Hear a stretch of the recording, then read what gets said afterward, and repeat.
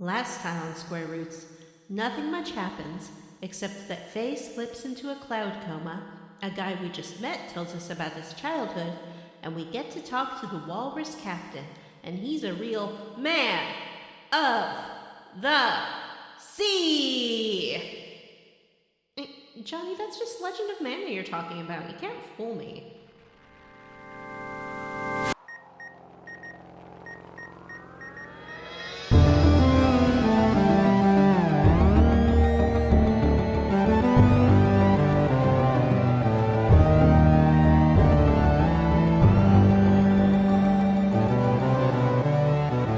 And welcome to Square Roots, the classic RPG podcast. My name is Jim Banks. I'm not joined by Matthew Van Zant right now. He'll be here later. Also joined by John. Can I call you just John Billy Brandon?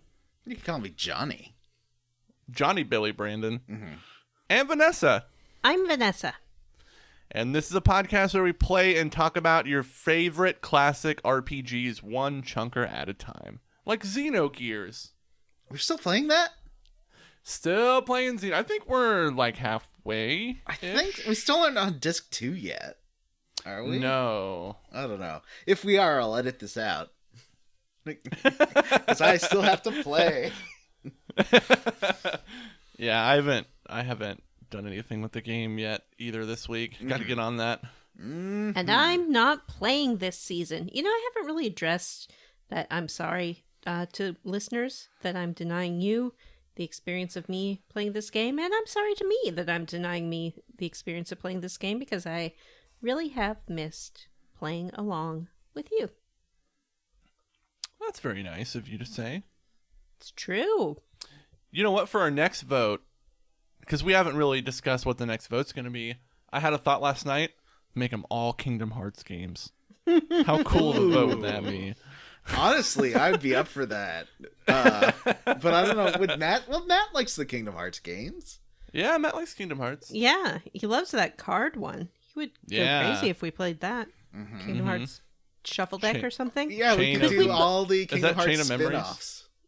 Chain of Memories. Chain of Memories, Birth by Sleep, 358 over 2 days, or Recoded, or I don't remember any of the other ones. 3. Yeah, that's fine. I guess we could just do 3. Yeah. I know it's not old, but you know, if the listeners choose to ask for it, what can we do? It's 2022. It's up to you. It's up to that them. would probably get me to finally finish 3. I still haven't finished it. I still haven't started it, and I would like to. It's on Xbox Game Pass. I know it is. I even downloaded it, I think, but just haven't had time to play video games, thus my absence from the Xenogears series. Let's see. What else do we do here? We talk about hot gaming news. Mm-hmm. Yeah. It's been kind of a slow week for hot gaming news, but I have a couple items. I do too. Okay. John, why don't you kick us off? Apparently, a Bloober team who did that kind of not great. What was the game that we played? The Medium.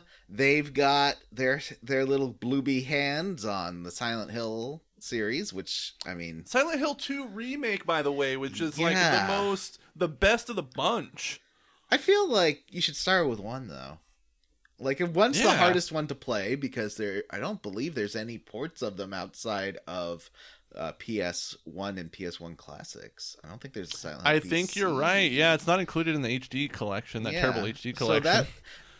Well, you know what? Shattered Memories is kind of a remake. It's like an adaptation of 1. It's like a TV movie version of 1. Yeah. I mean, I still like it, but it's as much of a Silent Hill 1 game as Silent Hill the movie is a Silent Hill 1 game, which is not really. Yeah. Silent Hill the movie is like a amalgam of 1 and 2. Mm-hmm. All kind of put together. And then there was that terrible that sequel to that movie, which I've never seen, but I know it's based on 3. And it has Jon Snow in it. Apparently, the Silent Hill 2 Bloober remake, It's gonna have changes. It's more like, I guess, Shattered Memories, where it's gonna have a lot of changes to the puzzles and endings, and will be a PlayStation exclusive for a while. Man, I don't know how I feel about that. Like, the Silent Hill 2 tells such the story has a very clear beginning and end, and like, even though there's multiple kind of there's multiple endings, so there's like multiple ways to experience the ending, but like, I don't know, I can't imagine the story being malleable enough to like support a bunch of changes to the plot. You know what I mean? What if this one's like, oh, he's actually good for murdering his wife and should have done it? She sucks all along. Yeah. Is him dying the canon ending to that game? Yes. Yeah, he drowns. That's what I thought. Ending. Yeah. Yeah. I think last time I played it, I got the happy ending where you just leave town. You get like, Mary reads her letter as you're walking through the cemetery with that little girl, and you leave Silent Hill together. Mm-hmm. Well, you have to be a jerk to everyone to get the bad ending. Yeah. So it's kind of a tricky one. So there's also there's going to be another game in development that's like a new one. And there's other side stories too. So apparently there's going to be a lot of Silent Hill. Yeah, there was going to be like there's a game being developed, I heard, by Annapurna, which did like Edith Finch and Gone Home, and I liked Edith Finch, and I liked Gone Home. So it would be like episodic, I think I heard. But I'm not super wild about Bloober taking it, because I thought the medium was super clumsy and like from a storytelling perspective. Right. I thought it had a really nice, I thought exploring like the location, which is like the Soviet era Polish recreation center, like workers, like resort. That is amazing. It was neat, and I wish they did, just because it's something that's real and interesting and like lived in. And really, there's a lot of like baked in history there. Yeah, it's cool. So I wouldn't mind seeing that, but I don't know. I'd be cool with Silent Hill kind of taking a different direction, you know? Yeah. See what else you can do with that mythos. Yeah. Speaking of horror games, Game Informer announced today that their cover story for this month is about Callisto Protocol, which is the new like survival horror sci-fi game made by one of the creators of Dead Space. There was a trailer release like 6 or 8 months ago. It also weirdly is set in the PUBG universe, which I don't think the two properties have any affiliation besides like they're just set in the same universe for some reason. Even though I think Callisto Protocol is set in the future. But hang on, there's no PUBG universe. Yeah, there is now. And there has been for a while. Like, there's lore about the what's the city with the big map. I know. They made like a little video about it, and they're like, "Oh, I was a young boy, and I hid during the war, and now I'm rich, and I bought my old island, and now people go there to fight, so they can be like me." That's stupid. That's stupid lore. Is Vanessa now going to be canon in that Callista Flockheart protocol game? Am I going to be canon in Callista Flockheart? Yeah. As Ally McBeal. I watched Ally McBeal. I probably shouldn't have. I don't think it's a show that ultimately made me feel good about myself. Because it was not very progressive when it came to women and women in the workplace and things like that. It kind of like tried to be, but in that 90s way of like, well, sexual harassment's a thing now, but isn't it kind of just funny? Lol. So didn't the West Wing have an episode with that too? Yeah, the West Wing definitely had moments of that. Yeah. And but I did very much enjoy Robert Downey Jr.'s performance in Ally McBeal until he was kicked out for being a drunk. But then he got his life together, and I don't know if you heard, but he did pretty well for himself. Congratulations. Isn't Jenna Maroney Robert Downey Jr.? Is the lady who Jane Krakowski, is she in Ally McBeal? Yes. Because I like her in 30 Rock and that other show. It had a very strong cast. In various commercials. Mm-hmm. In various commercials.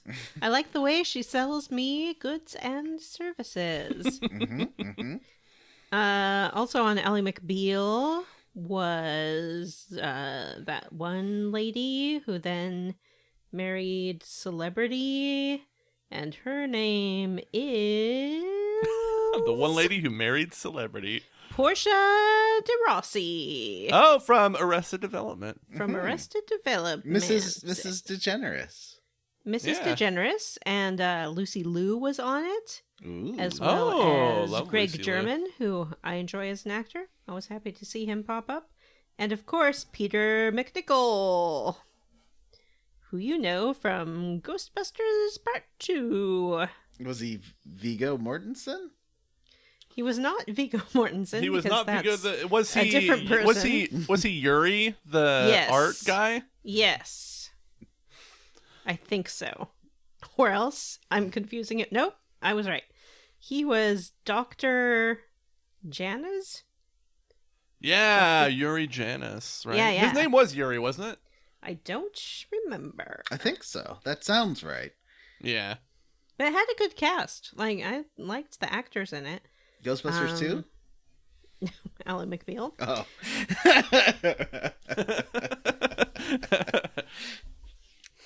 But ultimately, one of those things that's best kept in the 90s, even though I think it mostly aired in the early 2000s. But weren't the early 2000s really the 90s when you think about it? Yeah. So I that's started my watching a hot gaming show news. that set in. I started watching a show that set in 1980, and it's basically the 70s. It's true. They say that the 70s didn't really end until 84. Yeah. My earliest childhood memories of things really look like what people think the 70s looked like. Lots of wood paneling, lots of people with mustaches and shaggy hair, and yeah. I hate that wood paneling with such a passion. And that paneling that was in everyone's basements, I hate it. I think it's going to make a comeback. Oh, I know. Sometimes I talk to people and they're like, oh, I really like the 70s aesthetic with that wood paneling and a big orange ugly couch and everything's terrible. And I'm like, It's kind of like, I don't know. I could see that because it's kind of like an offshoot of like the mid-century modern kind of look in a way. It's just not for me, I don't think. And I'm not frilly. Like, I like clean lines. But I don't know. I'd rather just have like I guess I'm chuggy. Like I like farmhouse modern restoration hardware shit, and I'm not ashamed to admit. I'm a little ashamed to admit it, but you know what? I like to accessorize, and I think that keeping your living space mostly neutral when it comes to furniture and paint color allows you to really play with art and accessories. If you have a neutral colored couch, you can switch out your throw pillows so easily to be seasonal or just give your space a little lift. Yeah, it's tough. I have red couches, and it's hard to find a good throw pillow for those. I've had a red couch. I think a red couch is fine in a large space without too much to detract from it. Or you can go like total color, like a crazy quilt, you know, and just have it like be like sort of Morocco-ish, kind of in that rich, you know, kaleidoscope of jewel tone colors. I think that's very nice. But it's not for me. I'm too antsy already. I need a calm. Well, you space. see my I need to rest in a little cloud. Green couch with the pink pillows on it, right? Yeah, your space looks good. I like the way it looks. I'm gonna get but, another you know. couch probably because I think I'm gonna move stuff around and try to use these things as a divider to put the kitchen and area in half, and then I'll put the living room back there and use this bedroom as a bedroom. I'm Oh, really? I think I'm moving stuff around a little. We'll see. That makes sense. Yeah. This is what people tune in to hear. Mm-hmm. Every week, Is there so. any more hot gaming news? God of War released some news. They announced a bunch of really cool accessibility options for their game, which is pretty neat. And I think one thing that people are very happy about is they give you the ability to customize the size of the subtitles, because the subtitles in the original God of War 2018 were very, very small. Very, very hard to read. Mm-hmm. So good for God of War Ragnarok. Mm-hmm. Good on Santa Monica Studios. In the streets of Santa Monica. Remember that song in that Indigo Prophecy? That David Cage game, Fahrenheit or whatever? Yeah, Indigo Prophecy. Indigo Prophecy, yeah. Where you just turn on a radio and it's, I remember the day on the streets of Santa Monica. We should play that game for Scare Roots. Oh, that that'd be qualifies fun. as Scare Roots, yeah. I think that would be a great bonus episode, because it's a adventure game, and it's David Cage game, so Vanessa's in. Yeah. Fully on board. Yeah. Love that shit. That game makes you do the stupidest QTEs, where it's like, to progress the scene, pick up this coffee cup and make him take a drink, and then swirl your analog stick to put it down. And it's like, why am I doing all this? I don't know. I've played it. I played Heavy Rain for sure. Oh, it's. I don't want to spoil it. Ridiculous. The opening scenario is so engaging and just immediate and tense. I love that opening scene. It's one of my favorite, except that the cops in it are dressed like they are designs from the Fifth Element. Yes, it's the French version of New York Police. It's great. Yeah, and it is, the whole first half of it's actually really good, and then it just goes into the craziest sci-fi shit you've ever heard in your life. Oh, Vanessa, I can't wait. Actually, yeah. Jim, next time you get to choose a game, it should be Indigo Prophecy. Yeah, it should. And it's a Scare Roots game, because it's got some horror to it. Yeah, it does. Yeah. Man, I wonder if there's a way to play that now. Yeah, it's out. It got a remaster, re-release, not Oh, sweet! But it's on PC, so it would work on anyone's laptop. And yeah. Mm-hmm. You can't play it right now. We're recording the show. Anyway, any more HGN, or shall we move on to level ups? I think that's all I had. Vanessa? It's summer season in Covet fashion. Everyone's favorite mobile game. It always comes on faster than I expect. I'm doing really well. I'm nearing level 100, which is almost the maximum. Ever since I started playing with my actual real-life friends, I have a much better time. And we have a little chat going about it. Chat about outfits and clothing. Sweet. It's pretty sweet. John, I have one additional piece of hot gaming news. Mm-hmm. Indigo Prophecy is currently $6 on the PlayStation Store. Nice. Is there a PlayStation 5 version available?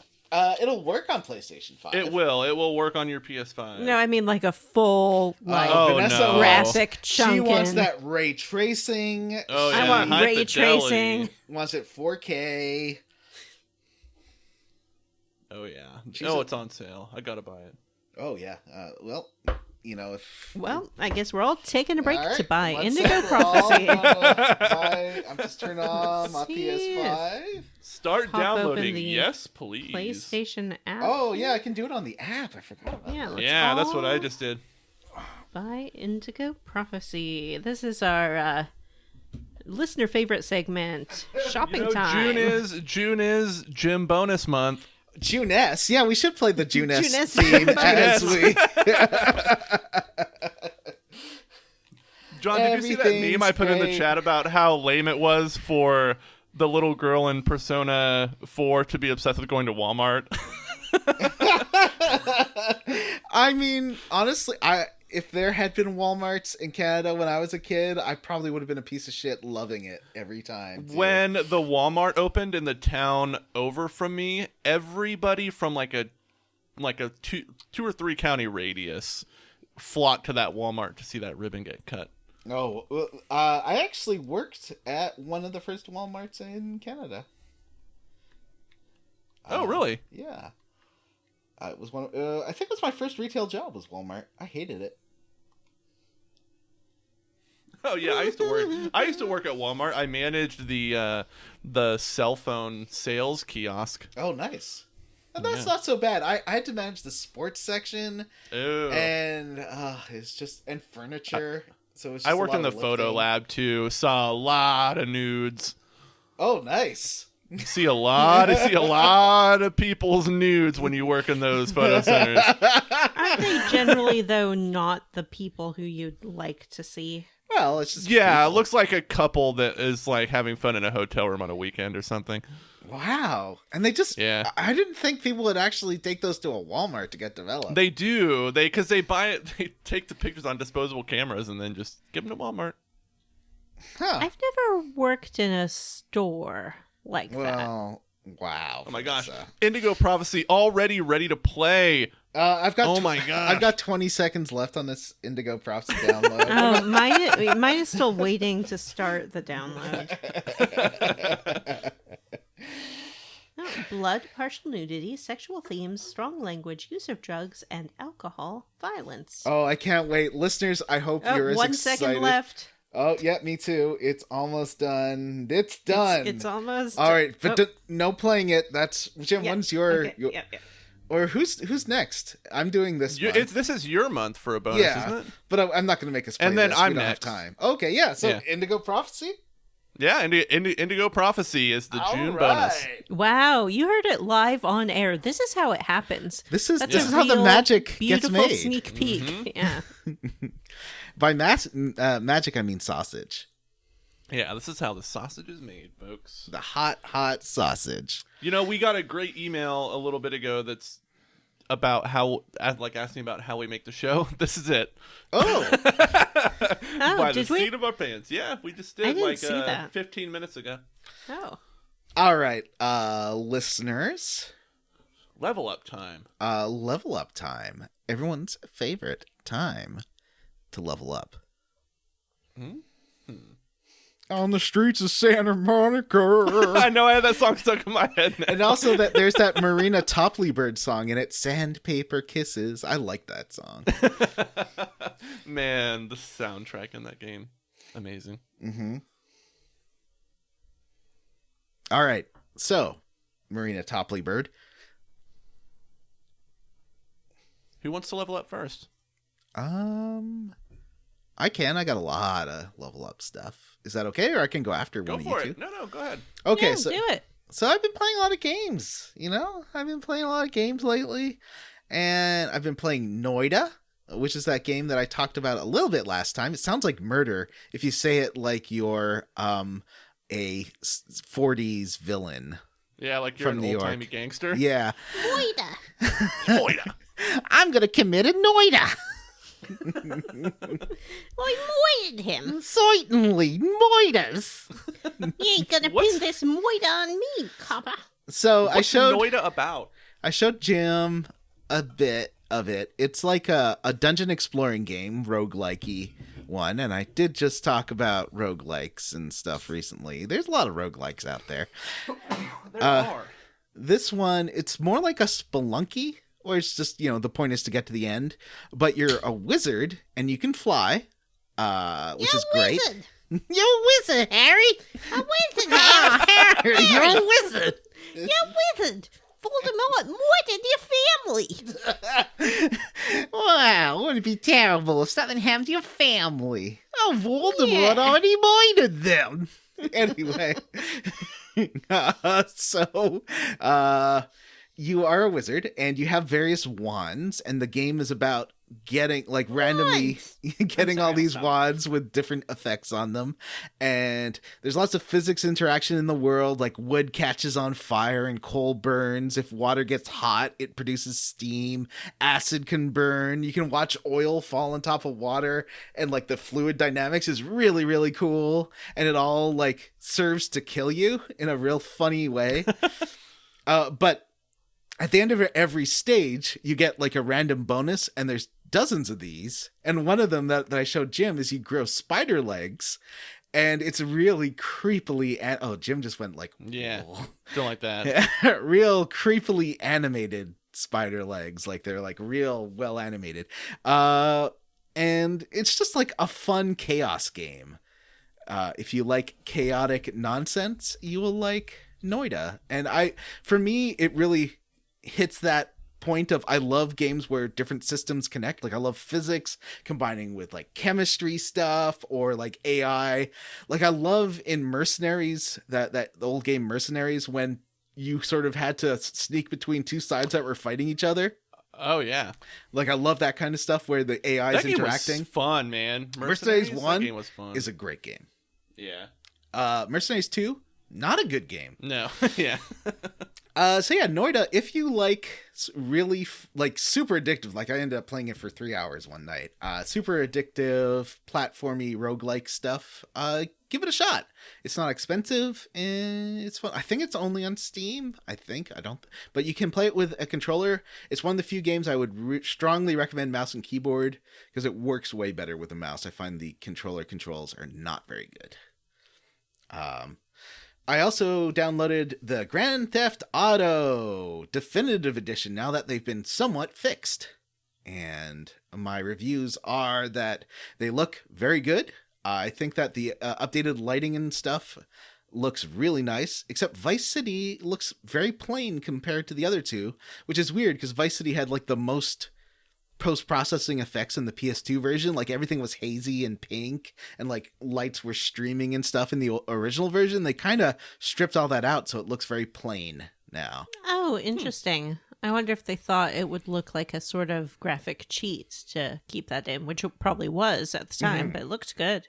Yeah, I think they should. I honestly think they should, at least as a menu option, because I know a lot of people hated all that stuff, but I'd love to see them put back on like the weird smeary filter stuff that they had in Vice City, because it's just part of the game for the aesthetic of that like 80s hazy era. I think that Vice City is the Grand Theft Auto that I've played the most of, and it's entirely due to the soundtrack. That it does have an fantastic incredible soundtrack. Yeah. I streamed some of that last week playing. I played Vice City and San Andreas on stream for a while. San Andreas, I think, is the best looking of the games, just like it was on PS2. Really impressive stuff. Like even today, it can look visually pretty stunning in these definitive versions. All of them have terrible plots and bad writing. And I think that San Andreas's mission where you have to murder the guy who had sex with your friend in jail, and he's like, "Oh boy, if you can't kill me," and until you kill him, that mission sucks and is super homophobic. That's wasn't it like it was a consensual relationship in prison, and then the guy got out and he's like, "I can't have this man who's been my lover just walking around the street." Yep. Well, that's horrible. Yeah, it's awful. I mean, it's GTA. I understand that they're going for mid-2000s shock, but I hated it back in 2005. I thought it was super shitty, and I don't like that writing. I like that writing even less now, so... What always got me about it is it's not actually shocking. Like back then to be it's homophobic. Just mean-spirited. What would have been like shocking and edgy is to like embrace it, to have these characters like find each other and then be like, "I'm gonna kill you," and they're like, "I can't, I love you," and decide to be together, you know? Like they can't do that. No, but like these things, they never actually subverted anything, and I still see it today when people are like, wouldn't it be edgy if like Dr. Weirdo did this and that? And it's like Mr. Weirdo. Yeah, Mr. Weirdo, excuse me. So, you know, like if you're gonna subvert something, like really subvert it.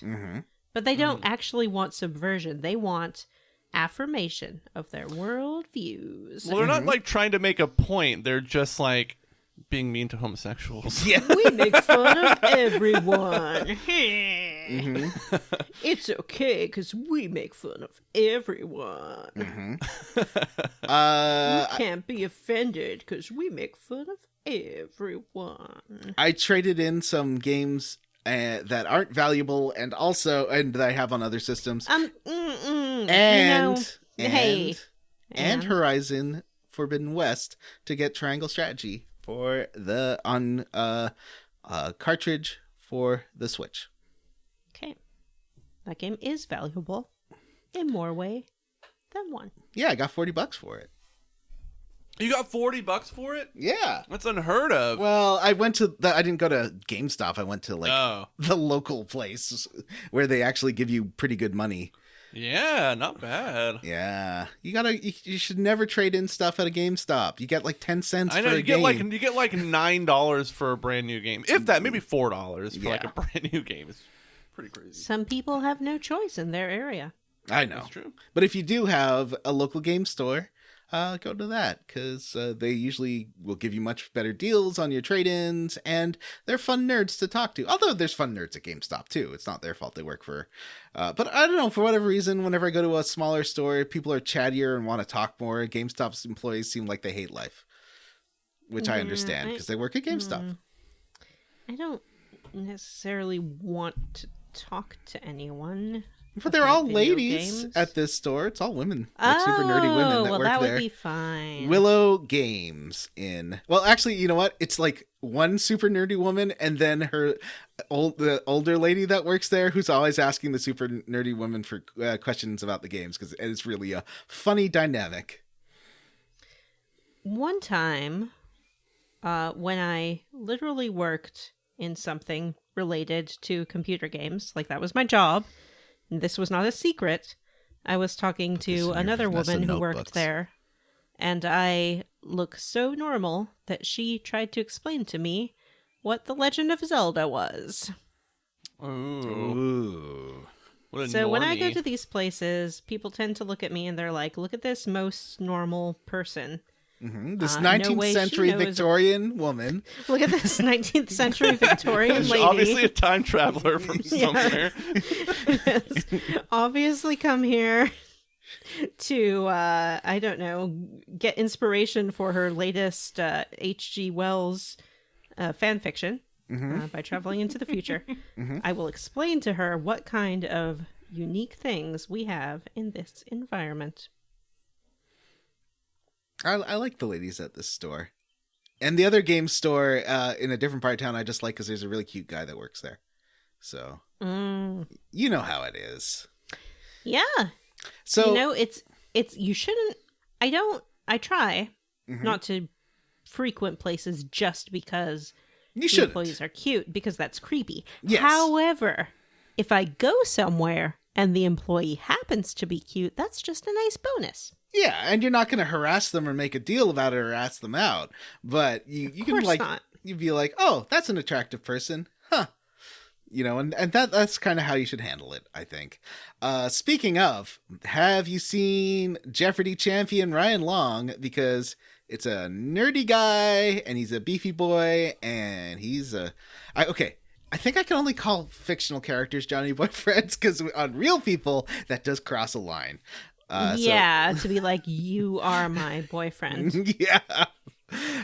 So I won't say that for Ryan Long. I'll just say that he's a super cutie.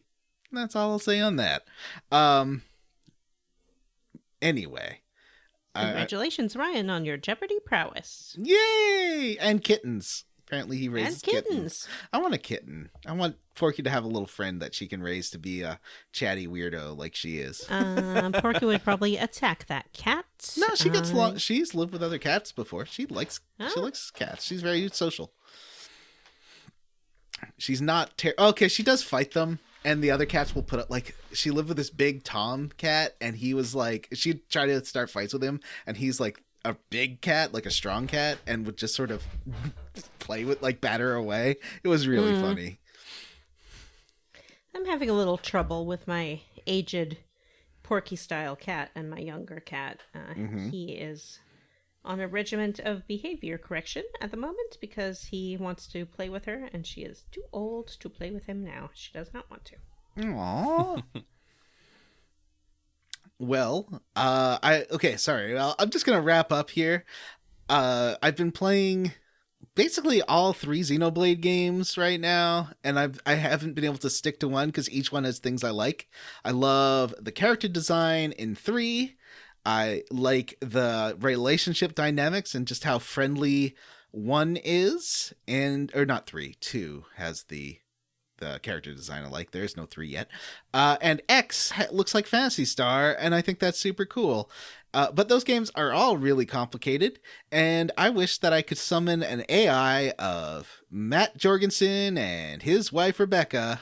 It's Rebecca. Yeah, Rebecca. So that they could, like Great Gazoo, guide me through how to play these games, because they're so complicated, but I really like them. They're just so complicated. Vanessa, why are games so complicated that I find them hard to understand?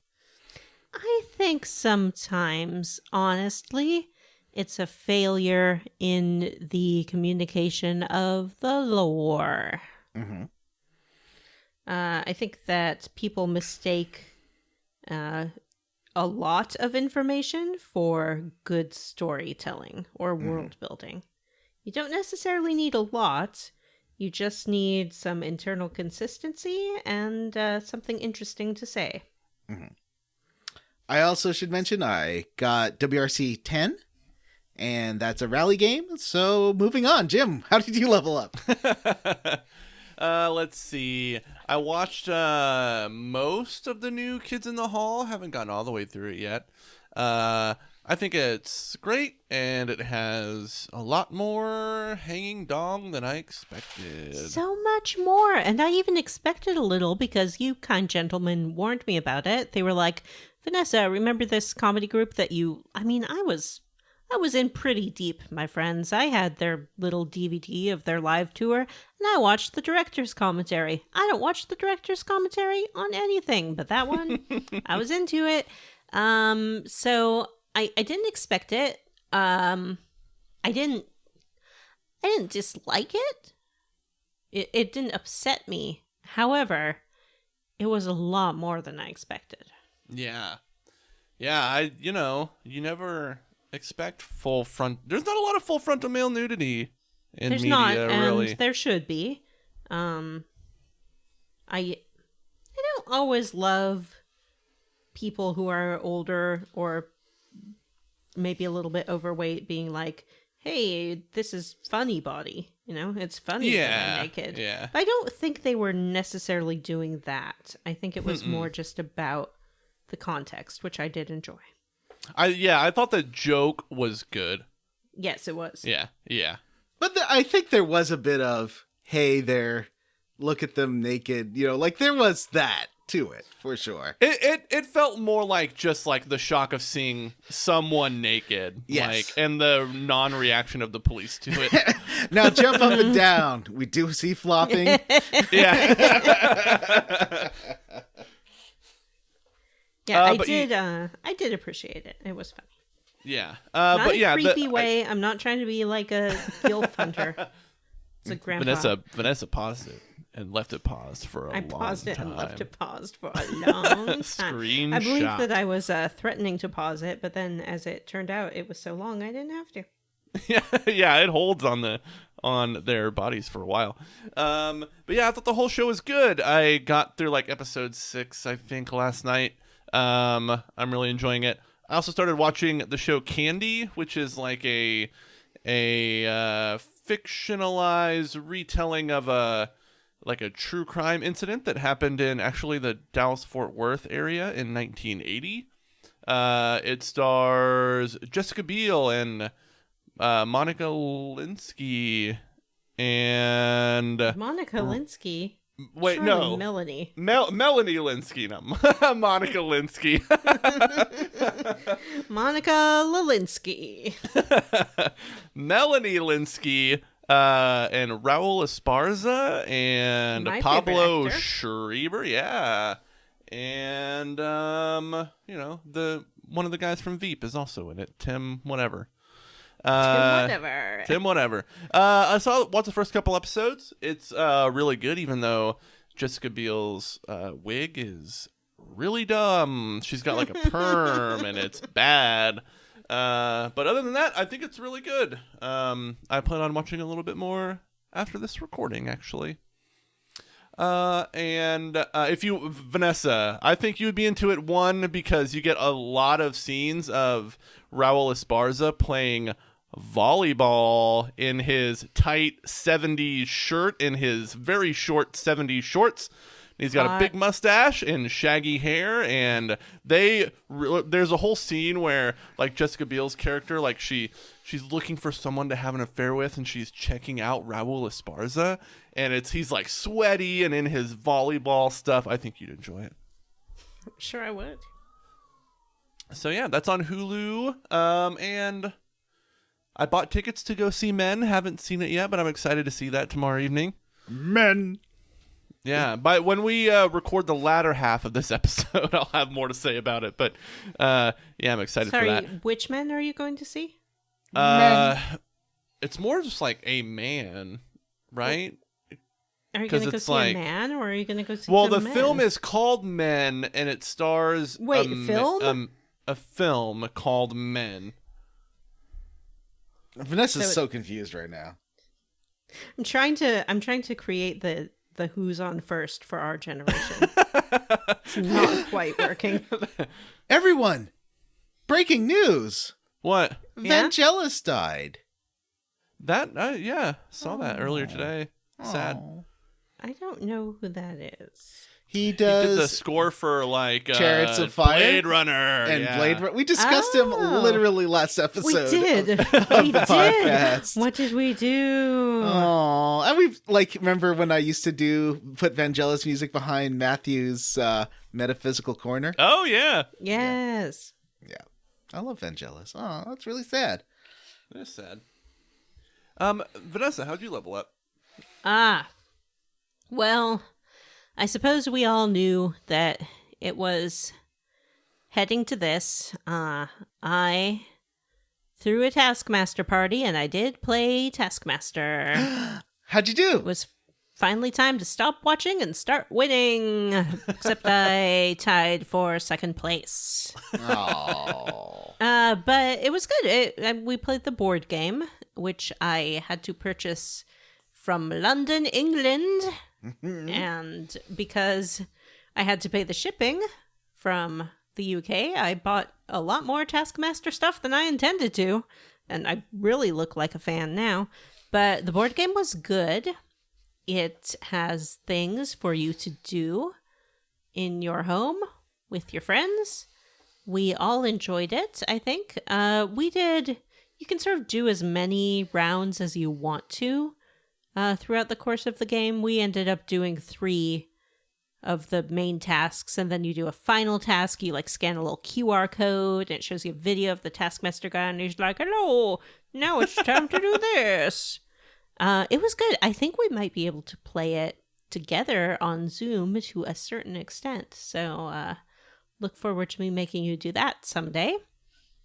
But if you're looking for a interesting party game, you could do worse. I don't know how it would translate to people who don't enjoy the show. I mean, I don't hate it. You don't hate the show? Yeah. Yeah. I mean, perhaps I meant, have never seen it. Me. Like Jim. But, so Jim, don't watch it, and then we'll play it, okay. And then you can tell us how well you think this board game translates. Okay. Yeah. So that's what I did. It was the first time I'd seen these particular friends since October, I want to say. So it was just really nice to kind of have an in-person event. Still small because we are very paranoid people, some of us, and do not want that Ronavirus rattling around our heads. But it was nice, and that's what I did. I played a board game. Played a board game like a real nerd. We also played How to Rob a Bank, which is a pretty classic little board game to play. It's really, really easy to pick up, really easy to play really fast. So if you're looking for something to do that's fun for all ages and easy to learn, try How to Rob a Bank. We were going to play Mysterium, but it's been so long since we had a board game party, none of us could remember how to play it, and we couldn't be bothered to read the instructions. That was how I leveled up. Sweet. Well, I think that's it. Since Matt's not here, let's Matt did see the Mr. Weirdo. Oh, Matt did see Mr. Weirdo. Yeah, he did say he enjoyed it. Yeah. Matt is very enthusiastic about these films. I believe he said it was amazing. Did he? Huh. Mm-hmm. Did he like the spoiler thing and spoilers thing? Yes, and I thought the casting decision for one of the spoiler things was really boring, and Matt loved it, so. Huh. You're talking about Dr. Weirdo. I've told you not to do that. Everyone knows I still haven't seen it. I've probably been spoiled for everything by now because that's how Twitter is. I was thinking about spoiler culture and that it's not necessary for every film not to know what happens in it before you go in. I think we kind of gotten to the point where people feel that way. And I do not advocate spoiling things for people because if they care about it, then what do you care? Like, just don't do it. It's easy. Don't do it. Yeah. Let people enjoy their things. But I do think that it's sort of losing an emphasis on like the craft of the storytelling and how it unfolds rather than just like what is plot A, B, C, and D. Yeah, I will say that I, for the most part, unless it's like a mystery box thing, don't really care about spoilers. I know that maybe I've been a little more loose-lipped than I should have been in the past, and I'm sorry about that. I do go out of my way to not try to be better about not spoiling stuff, but personally, I spoil stuff for myself all the time, and I don't care. I don't think that was malicious on your part. I think that you literally don't understand what constitutes a spoiler and what doesn't. Yeah, you're probably right. For me, I spoil things myself in really dumb ways. Like, I was off Twitter the week before I got to see what was that, the Star Wars movie that came out in it must have been 2015 there. Was that Rogue Force One? Awakens? Force Awakens. Oh, Force Awakens. Yeah. So before I went to see that one, I was off Twitter for a week, but then I was like, oh, who plays Padme? I can't remember. The one that wasn't Natalie Portman. And so I Googled, I looked that up on Wikipedia, and the first thing it said, Padme, who, or Princess is another name for Princess Amidala, Kylo Ren's grandmother. I was like, what? Oh, come on!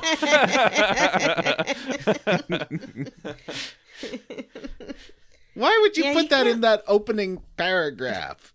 That's how it is. That's how it is. You can't go to Wikipedia, certainly. Like, is the most important thing about Padme that she's Kylo Ren's grandmother?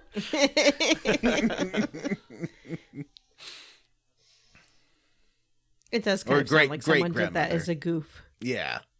Yeah. So yeah, we won't talk about Dr. Weirdo anymore. Don't want to spoil it for you. No. Yeah. My mother was correct. She's nothing great about it. Who do you think goes in between? Right. Yeah, you're right. Sorry, I misspoke. I was thinking that Leia was his grandmother, but no, Leia's his mom. Yeah. Yeah. Yep. Yep.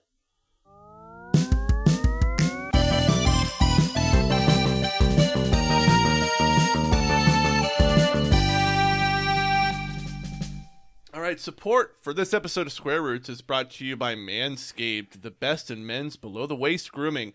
Their products are precision-engineered tools for your family jewels. Manscaped's Performance Package 4.0 is the ultimate men's hygiene bundle. Join over 4 million men worldwide who trust Manscaped with this exclusive offer just for our listeners.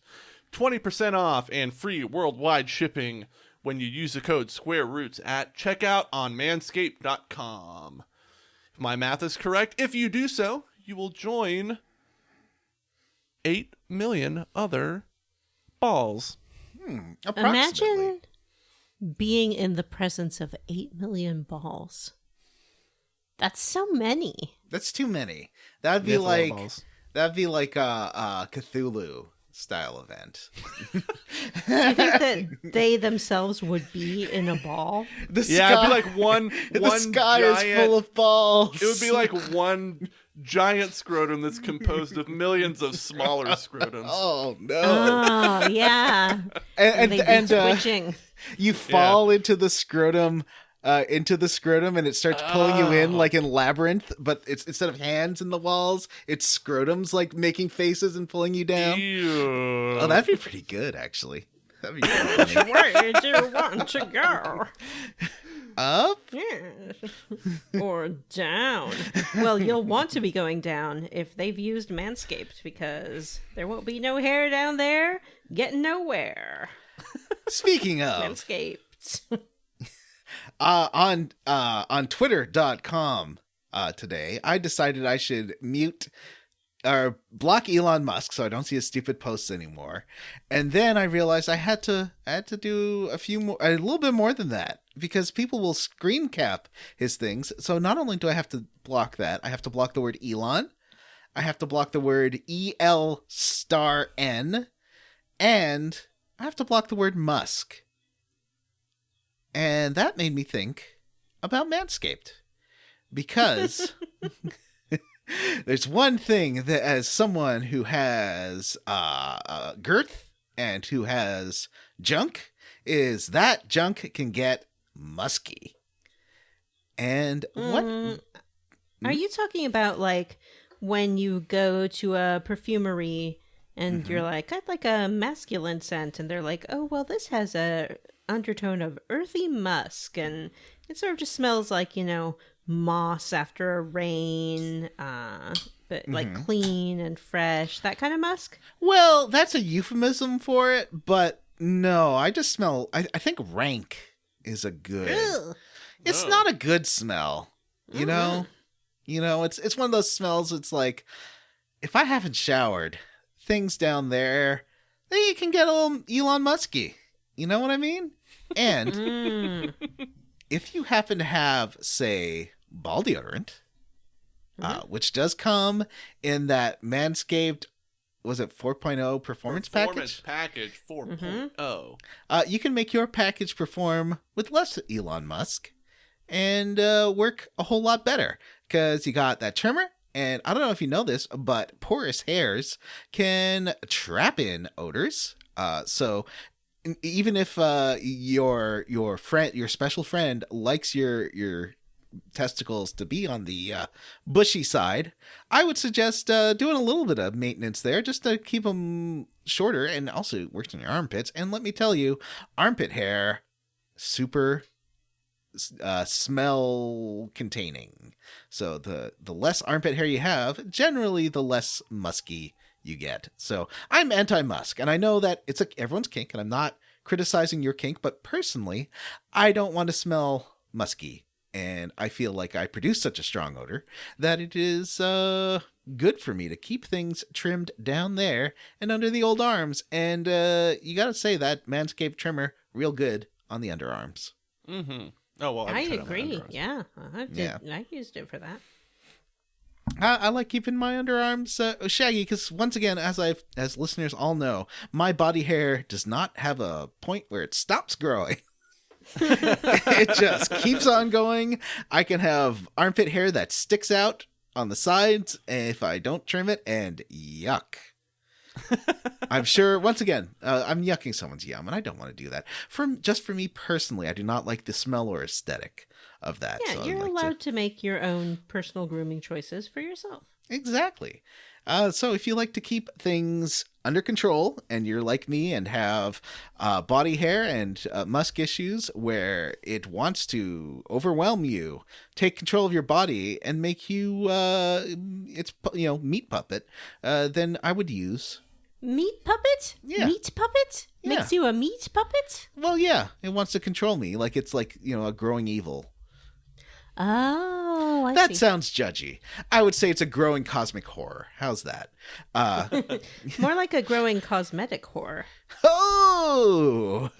Anyway, certainly whatever standard you want to hold your junk down there to, Manscaped can help you with it. And just remember, it's a personal preference, not society that should tell you how to keep it. But if you want to keep it nice and smooth, keep those boys hair-free, or just hair trimmed, Manscaped is the way to go. Yeah. So if you're interested and you think it's time to take care of yourself, go to manscaped.com, get 20% off at checkout, plus free worldwide shipping with the code SquareRoots at checkout. Square Roots. And now, on with the show.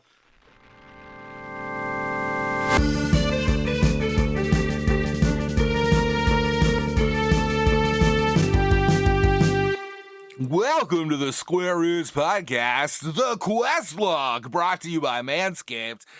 I'm your host, Matthew Van Zant, and I'm joined, as always, by my best bud, John Brandon. This started as a radio voice and turned into a Pauly Shore. Mm-hmm. Why was Matthew, like, waiting under a blanket behind me this whole time? And what happened to Jim and Vanessa? I gotta be honest with you. They said things about Doctor Strange and the Multiverse of Madness that I couldn't tolerate, and so they're gone now. But Vanessa hasn't seen Mr. Weirdo.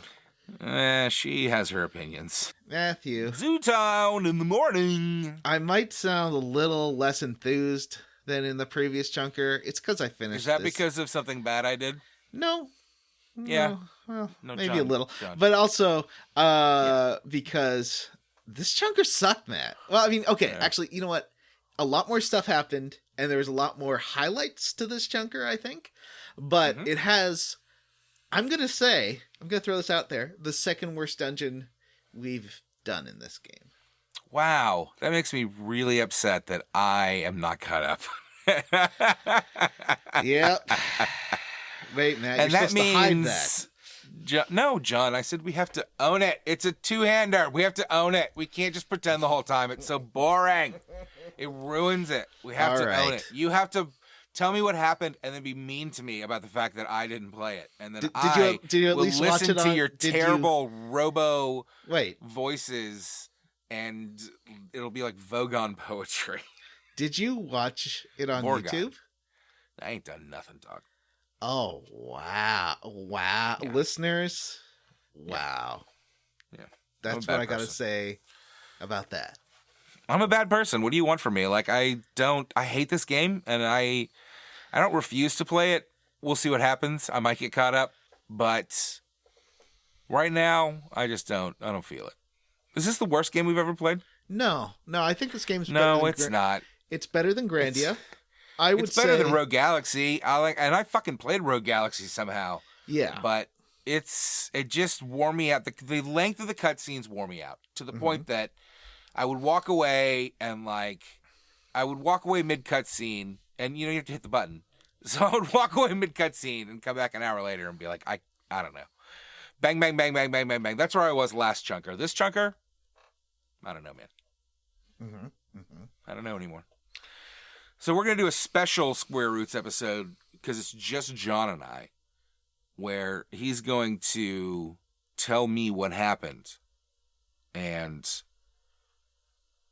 he's going to ask me questions about what happened. And for everything I get wrong, he'll shock me.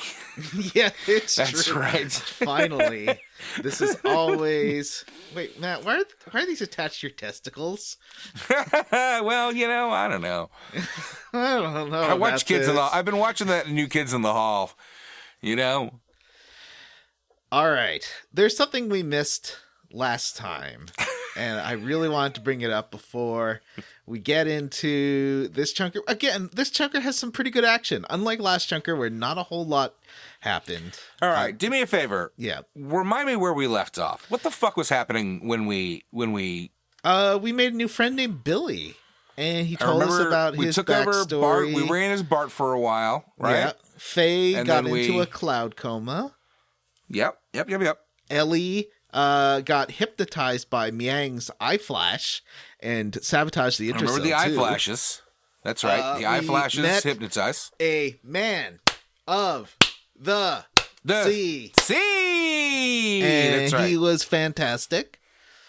And that's about it. It was somehow a long chunker where not a whole lot happened, but we managed to forget one of the weirdest points that I just wanted to cover before we go into new new. That's fine. But here's the thing. Everything you just said to me did not tell me where we left off.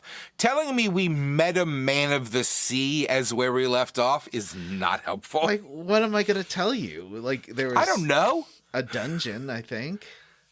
Yeah? Maybe. There's a lot of boss fights. Yeah, we met Billy.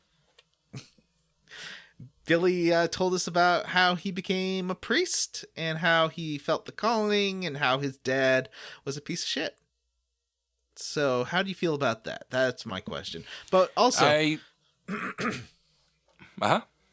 Billy did tell us, and I forgot to mention, that he was like, yeah, things were bad when my dad was gone. You know, I had to consider a lot of things like selling my twink ass on the internet.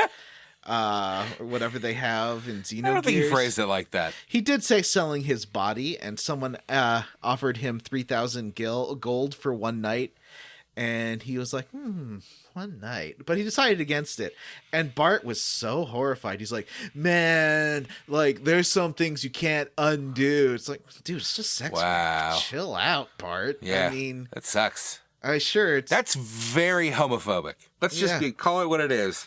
Mm-hmm. Sorry that you have a hang-up, Bart.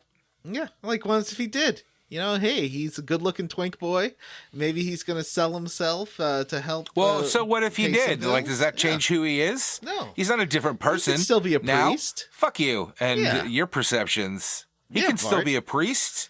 Yeah, it's not. In everyone fact, there's a can lot of grow priests up that royalty. Bart. There's a lot of priests that go on that. You know what? That's not the joke we want to make. No, that's not the joke. I went on a date with someone who was in the seminary once. Gross. But he did quit the seminary. That's good. Yeah. I respect that. I respect quitting it more than I respect being in it. Mm-hmm. I got pink eye from him. Wait, what? It's true. How? Smooching? You know what pink eye is. It's poop in the eye. That's what pink eye is. It's poop in your eye. That's how you get pink eye, son. That is not how you get. It's conjunctivitis. 100%. It is a virus that is very easily spread through contact. Like if you touch your eye, then touch a keyboard. It is not poop in your eye. It's a virus. 100%. It's poop in your eye. No, thank you. Multiple doctors have told me in my life, pink eye, poop eye. I've never heard that. Then why is it so Are contagious? Well, because it is a virus, and once it's in your eye, it's everywhere. I mean, okay, so touch. it could be poop borne. I didn't know that part of it, but I did know that it is very contagious. It's feces born. Yeah. I didn't know about the fecal vector of pink eye, and now our listeners do. Pink eye itself is a broad term that covers pretty much any sort of eye infection. Okay, I thought it was conjunctivitis. Oh, I guess conjunctivitis is not a virus because it's just the symptom. Yeah, that makes sense. All right, so I will go back to talking about ethos. So we poop in your eye. After getting back to Billy and thanking him for getting Faye, being a sex worker. And for being a sex worker. thank you, Billy, for what you did for me last night. We appreciate it. That's not. No. It's going to make my tomorrow so much better. He took Faye in and took him to their advanced medical facility. And so we wanted to thank him. And as we did, he's like, hey, we have this missing transport ship. And I think that's this big radar signal that just showed up. So why don't we go investigate that? So we go investigate this transport ship. And it is full of wells. Now, wells, or reapers as they're colloquially known, are oh my god, mutated humans that have turned vicious and evil, and they want to eat your blood. They're monster humans they're mutant monster humans. So we get through the ship. It's very creepy and dark. You got to turn on some lights. So I guess wells is the technical term. Yes, it's creepy and dark. And basically, he's an Atone, and one of the things Atones do is kill Wellses. Like, that's like one of their primary duties. And so we're helping him out. He's like, oh, you don't have to help us, but we do. And it turns out he kind of needed the help, because we get into a fight with one big Wells, and then it turns even gianter and turns into a super giant Wells. Ooh. And he's like, oh no, I need to make a call to my friends. And so he makes a call. Cut to, and this is the best cutscene in the chunker. Cut to the orphanage, and they're like, Billy needs help, and they all like start playing with all their toys have like functions for like initiating launch sequence, and like their seesaw does that, like starts opening launch controllers and everything, and they have to jump on their seesaw, their trampolines and seesaws to get the robot out of this opening bay. Oh, it was really fun. What a great cutscene. I feel like that's an homage to something. I think there is an anime that is similar to that, where the stuff is controlled via like kids doing stuff. Yeah. So it launches his mech. His gear is great. It does have a cape, a very flowy, nicely animated cape. So good job, Xenogears. And you're not going to call me out on my fun fact that had nothing to back it up and absolutely no basis in reality. I don't know. You watch more anime than I have, so I was fully prepared. Like maybe there's a Macross where this happens, or a Gundam or something. I don't know. There's a lot of Gundams. There's Gundam Wing. Maybe it happened in a Gundam Wing. It's true. I watched some Gundam Wing. Yep. It was a lot. It was a soap opera. Yeah. So we get this. The mech flies in to save. First you're fighting this boss, and they're like waiting until the mech arrives. Billy's like, it'll be here in just a second, and then the mech gets in there, and they jump into his mech, and then the Yggdrasil shows up, so they all get their own mechs, and then you fight the boss. That was a pretty good scene. I thought it was great. What's the boss? The boss is just a big well, but it's like huge. It's like a big tentacle monster-y thing. Oh. Yeah. Why is it a big tentacle monster? Because that's how the genetic programming of John worked. I don't know. Tell me more. No. So if Wells is the technical term and Reaper is the colloquial term, why do they call them Wells? Wells. All right, here's the game, John. Mm-hmm. You got to figure out the what's the word I'm looking for? Etymology of the word. Well, it could be a bug, so then it could be entomology. Entomology? Entomology is bugs. Etymology is words. Thank you. You have to figure out the etymology of the word Wells. Okay. You get 3 guesses, and I decide what's right. Okay. Guess number 1. It's a acrostic or initialism for warped Etruscan eels. life form symbiotes. Oh, judges say that one's wrong. Okay. That's unfortunate. Now, I believe the punishment is you have to electrocute me. Okay, I'm pushing this button. That's just rolling his eyes back. I don't like that. So, all right. What's your second guess? Second guess is Wells is short for Wellbutrin, because that is what they use to control the humans. Ding, ding, ding. That one's wrong. You have to electrocute me again. Okay, here you go. There. Daddy gets some more. And what's your third guess? Wells, because that's wrong. Oh, God.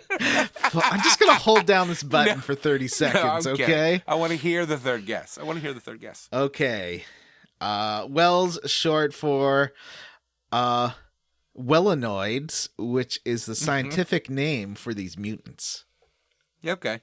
Yeah. That is the correct answer, actually. I don't know how you knew that. I looked it up on the web, and that is exactly what Wellanoids. Yep. And they're humans that have turned into tentacly monsters. Yep. You know, like every video game where humans turn into random monsters? Yep. Yeah, like Resident Evil, all those viruses really make you add a lot of biomass very quickly. Or in other games, it's your mitochondria, the powerhouse. The power of mitochondria. That's right.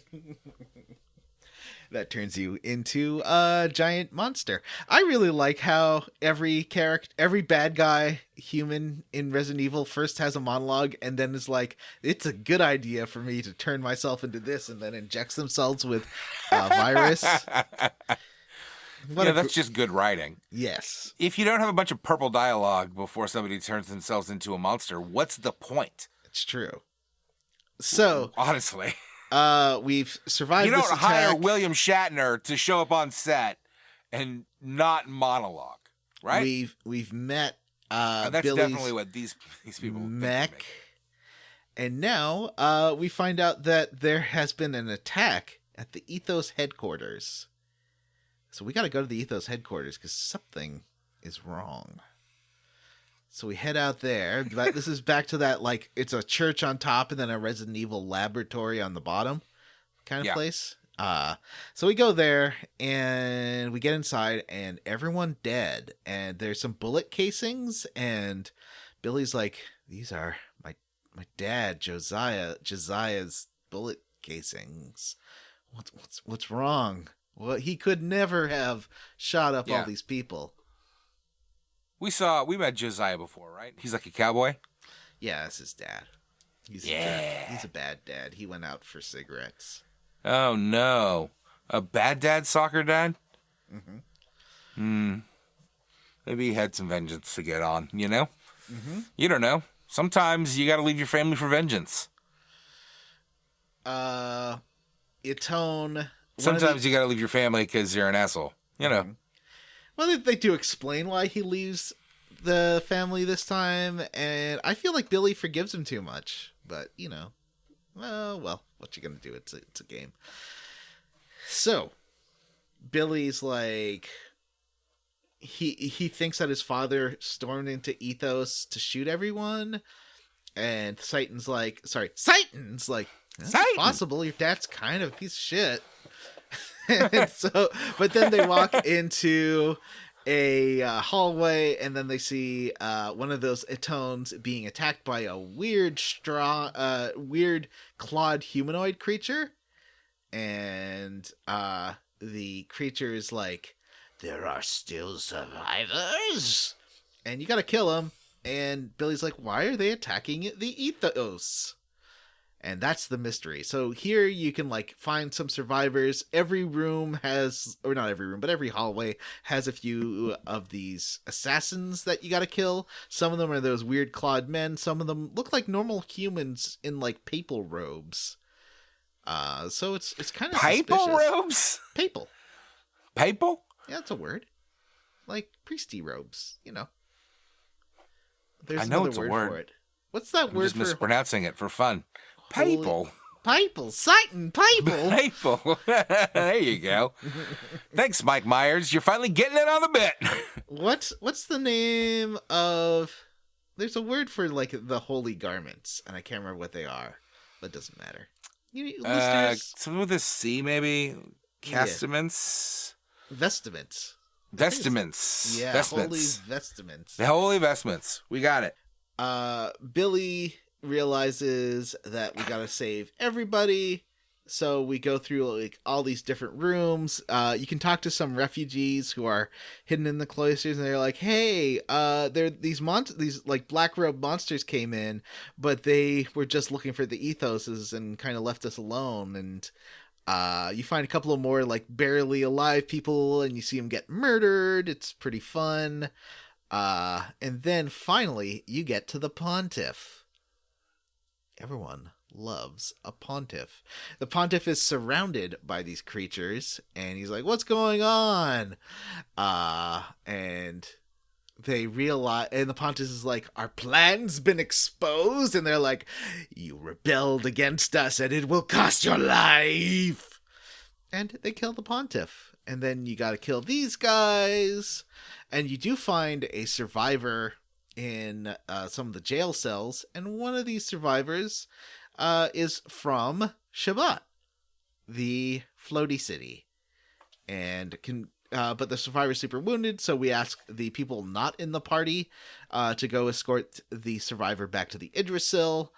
And there's also Big Joe. Big Joe's here. Yay! He's just hanging out. He's like, thanks for rescuing me. I'll see you later, buddy. Wink. I love Big that. Joe? Yeah, he's like that cool guy who kind of looks like Elvis, and he shows up a lot, and like you had to fight him in the battling tournament. Oh, yeah. I remember that. And he played Cards Against him on the Thames, and Cards Against Humanity. yeah, Cards Against Joe-manity. Big Joe, he's great. When you were fighting against him, people were throwing their books at you. He did 1 damage, but the crowd loves him so much they did damage to you because they were throwing their stuff at you. Oh, that was great. That was a great scene. Everyone loves Big Joe. He's so charismatic. So I rescued Big Joe, because of course I did.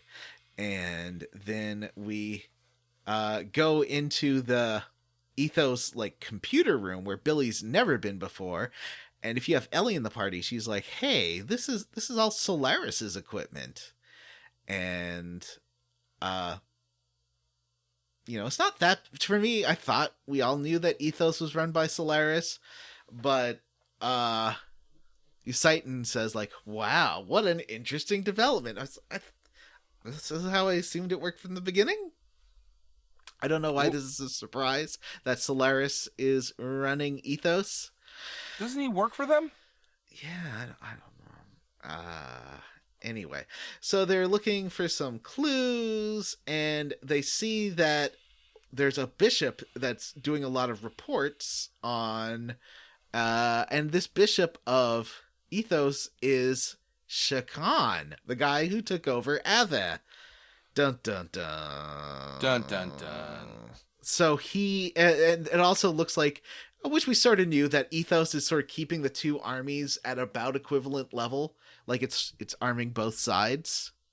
And so they also talk about demi-humans, and everyone's surprised that Shakan's a bishop, and he's not excommunicated from Ethos like everyone thought he was. And they're also sending lots of supplies to Solaris. Pause. Mm-hmm. This is kind of interesting stuff, right? Yeah. This is an example of this game being very critical of the church and not really hiding that it's kind of talking about, the church, the Christian church, I think. Mm-hmm. I mean, it's not saying it outright, but it's not hiding it. It's not being very subtle about it. Right. Which Japanese games, particularly JRPGs, have always included a lot of Western religious iconography. But I think that, was this game not somewhat controversial for this stuff? I think it was. Yeah, I think that's why those 2 translators, like they're I think Christian or religious translators, left the game and left the 3rd one to do all of it. And that's why the translation's so iffy. There is a summary. Let me just read it to you very quickly. This is what Ellie says. So 500 years ago, she's going through all these logs in the computer system. There's a great war that occurred between Solaris and the Land Dwellers. They don't know what happened or who won, but Solaris filled another Land Dweller revolt, so they built barriers that separate Solaris from the rest of the world, and the Land Dwellers who live within these gates were segregated into separate races, and they established Ethos, which is actually controlled by the Gazelle Ministry, who you might remember as the Brain Boys. They're the Brain Boys. Yeah. Oh, I remember the Brain Boys. Yeah, so the Brain Boys control Ethos, and Ethos is a subsidiary organization, which they say like 50 times in this talk. All this stuff, all the stuff they excavate from the planet and goods and natural resources are all being, under the guise of religion, taken out. So this reminds me a lot of like the early, the days of colonialism, where you came in with your religion as sort of a front for like, the Hudson Bay Company or the East Indian tea company or whatever to come in and just strip out countries. So yeah, it's definitely a metaphor. Yeah, I mean, it's a metaphor for capitalism and for colonialism. I think, and that's not very subtle. Like, it's saying it kind of straight out. These days, that's super normal. You know? And they say that there's a window between the planet's surface and Solaris up in the skies, and everyone's like, oh, I guess Ethos is manipulating us. And okay. Oh yeah, so all these people being sent to Solaris were people who'd come to Ethos seeking help, like all those refugees that Billy was collecting. And Rico's like, well, what do you think happened to these people that you rescued? Blanca. Yeah, Blanca. And Billy's like, I don't know, they became Atones like me. And they're like, well, not all of them did, buddy. What happened to everyone else, the ones that can't fight? And Billy's like, I don't know. And he's still not quite ready to accept this.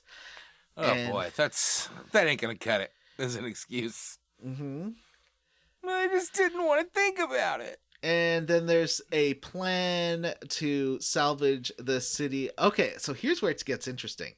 Basically, there's a salvage plan. And remember last chunker, Walrus Captain, Man of the Sea, said that he was working on a new excavation plan with Essos, and it was the biggest one yet. And they're like, yeah, they're trying to dig up Zeboim, which is something that was mentioned by that Gavel syndicate last time, was an ancient city, like an Atlantis, basically. And it's sank to the bottom of the sea 4,000 years ago. And the plan was that the Ethos was going to dig up the city, take its power, and then do what, Matt? 3 things that it could do. You're going to tell me which is what their plot was. Thing 1, arm Solaris to finally destroy and seed the rest of the world. 2, break away from this planet and establish a new colony elsewhere. Or 3, rebel against Solaris and have Etones run the world. They arm Solaris and blow the world up. Incorrect. Etones actually decided against. And you remember the Pontiff saying, "Oh, you found our plan." What happened was the Etones were like, "Hey, we can cut out we don't need to be the middleman here. We can be in power if we stop sending shipments to Solaris and keep all this technology for ourselves." So they had the secret plan. Bum, bum, bum, bum, bum, bum, and the thing was... Now, I think because I got that wrong, I have to shock you this time. No, I'll just shock you again. Hold on. Oh yeah, that's there you go. Yeah. All right. Daddy likes his juice. Now, you might be thinking, Zeboim, that sounds familiar. And not really. I'm not thinking that. It is, of course, part of the Old Testament or the Hebrew Bible or the Torah. It is one of the 5 cities of Sodom along with Gomorrah.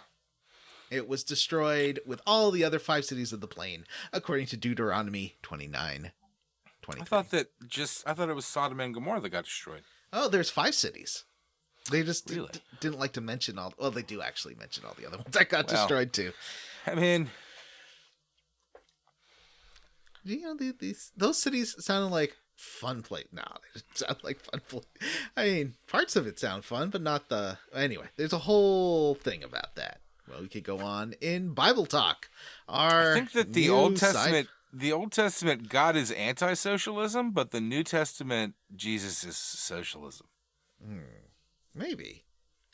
And so Billy is having a crisis of faith, and he's like, I just don't want to believe it. Like, what this whole time was I supporting a corrupt organization? And then he hears a voice that says, yeah, that's why I said you belong with us. And Billy's like, Verlaine?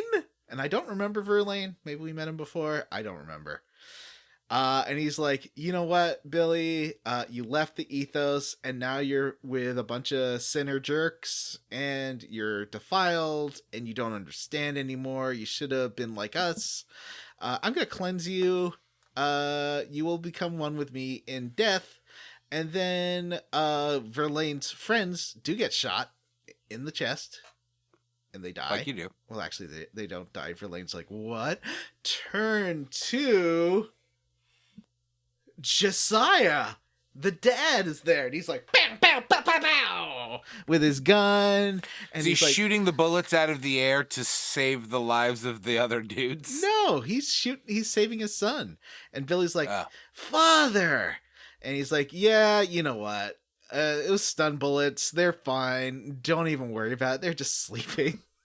Sure sounds like a lie. I'm back from getting my cigarettes, son. Anyway, This is what I need you to do. And he does show that they have robes. They are agents of Solaris. It looks like Bishop Stone has organized an assassination unit, and that's who's killing all these Atones.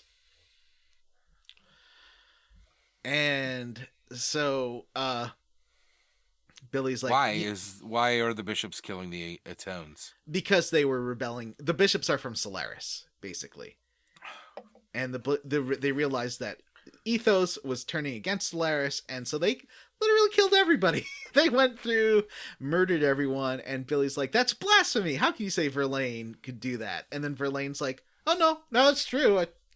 Dad's right. I mean, duh." Yeah. They think of the people that live on the planet as less than people. Yeah, and he's like, they all deserve to die. They got greedy, and that's why we went to purify everything, because, they don't have the right to talk for God. And Billy's like, yeah, we do. Like, I mean, we don't have the right to punish others. Judgment is God's thing, not our thing.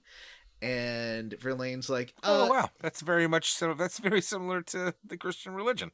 Weird.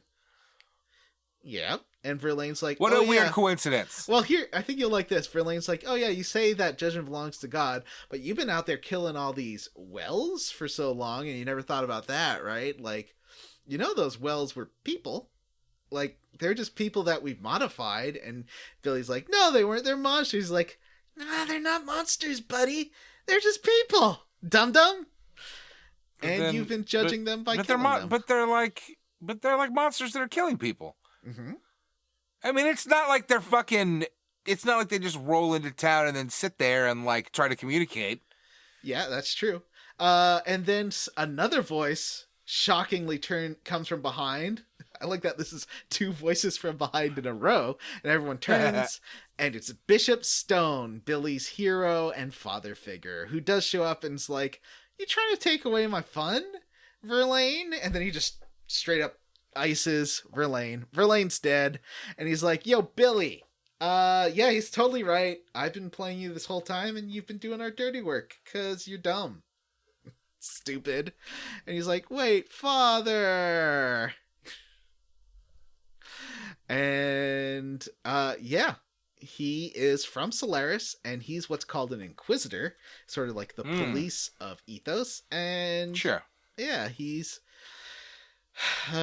There's a long explanation of how the hierarchy works. Do you want to hear this explanation, Matthew? I mean, I do. I want to know what's going on.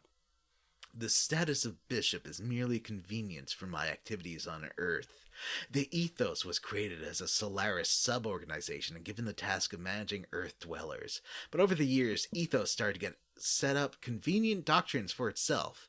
It then went on to gather the ignorant masses and created a god for them to believe in. Then, the Ethos even went as far as to plot a separation from its creator, Solaris. Solaris had no choice but to eliminate all those who defy our rule and raise the flag of rebellion. The ones prepared as eliminators were the Atones. Atones, the Atoners, the organization I established within the ethos, had two purposes. On their surface therein was to eliminate the Reapers, or Wells, that run rampant on the earth. But that's not their only purpose. Behind the scenes, we also had selected men like Verlaine. They were responsible for observing and eliminating any corrupt people who appeared in the ethos. You didn't have the chance to learn of this since you left the ethos so early. Or actually, I just never told you. There was another role I wanted you to perform.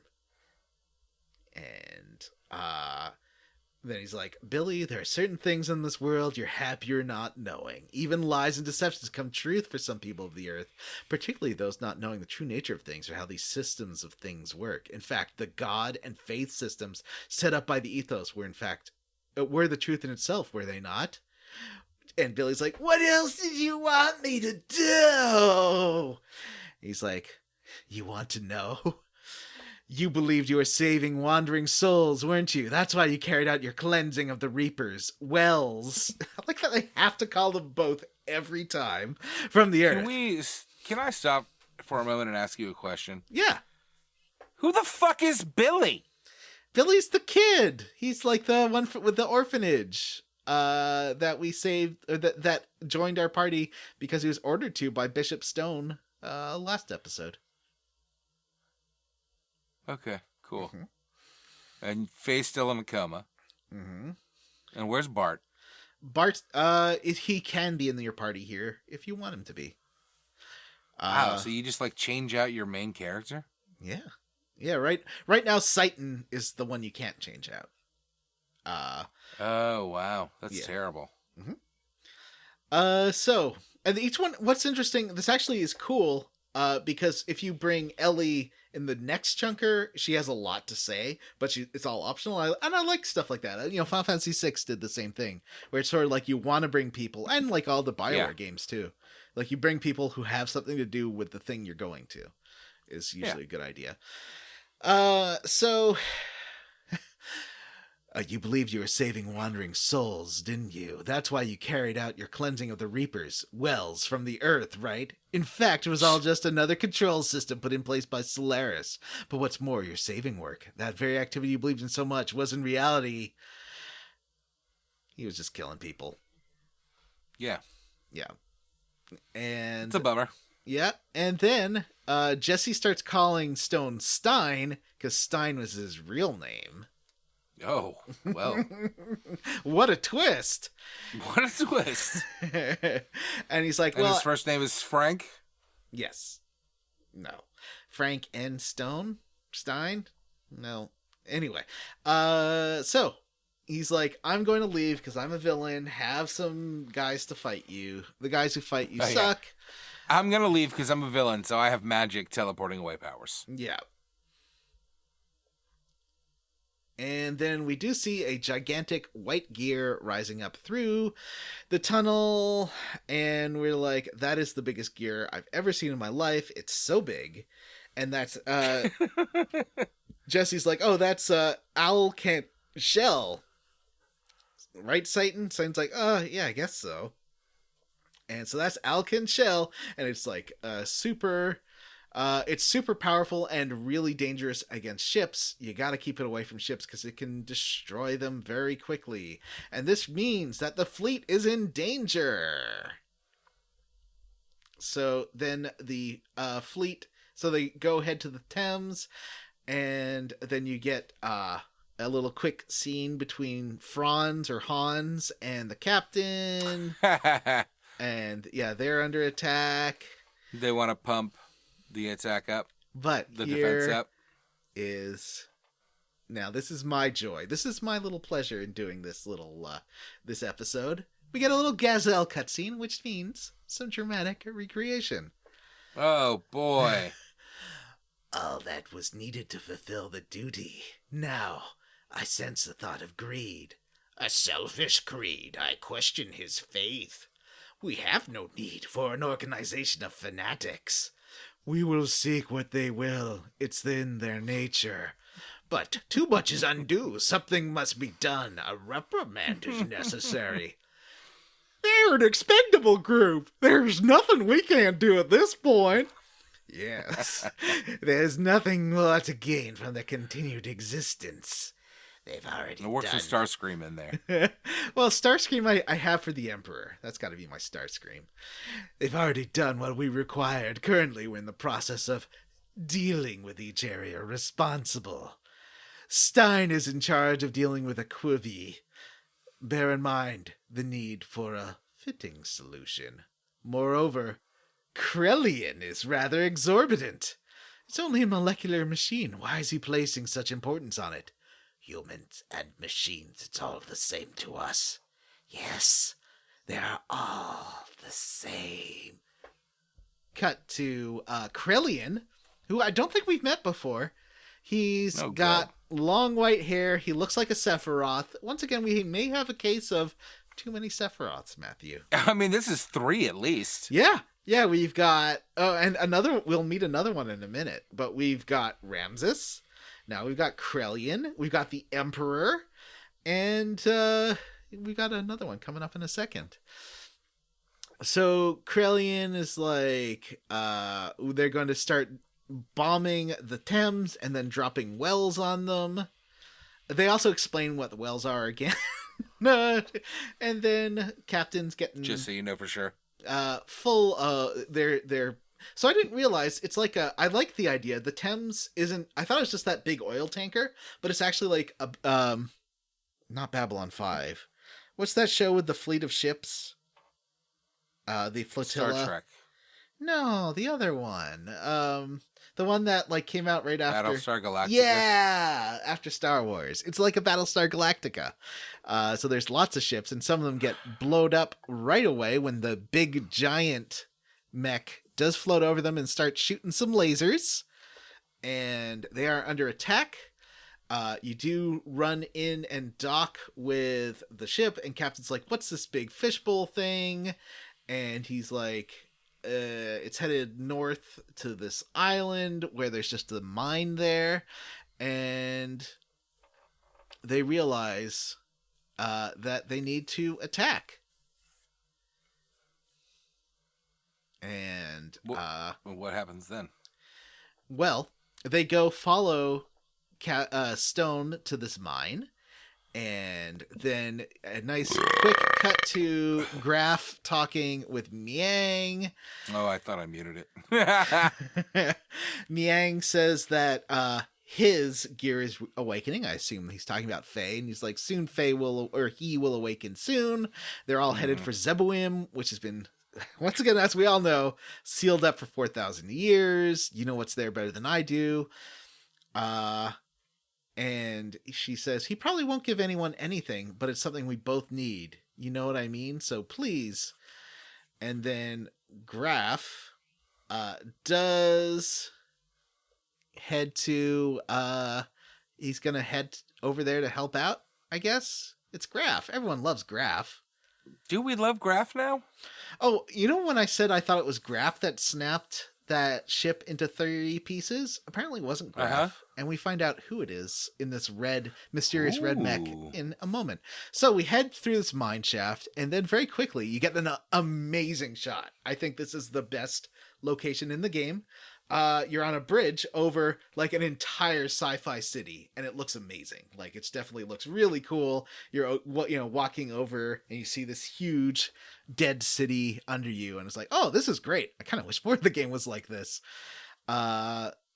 And you go through a bunch of airlocks and scanners, and it's this whole labyrinth where you got to like turn on and off terminals to open doors. It's not, and it's very straightforward, but you do have to do some backtracking. And there's a really cool point right at the beginning where Ellie, if you have her in the party, she walks into this corridor and is like, there, that's my blood in the corner. It didn't hurt. It just felt cold. Ooh. And I was like, oh, what? And she's like, I'm controlling this body and I must treat this body well. And she like walks out into another room and is like reading these terminals.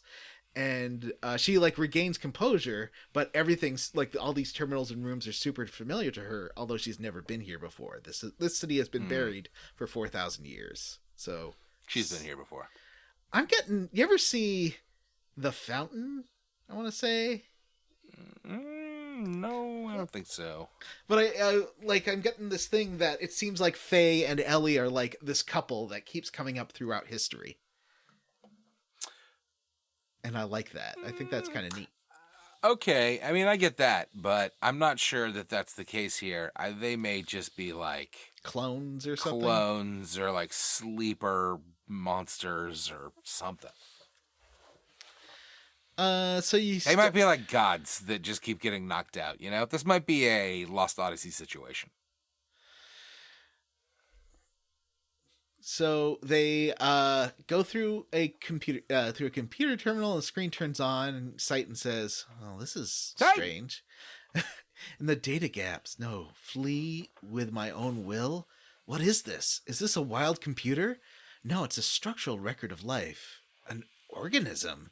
And then in a nearby room, a glass tube pops out, and you see what looks like a Terra in it from Final Fantasy VI. Oh.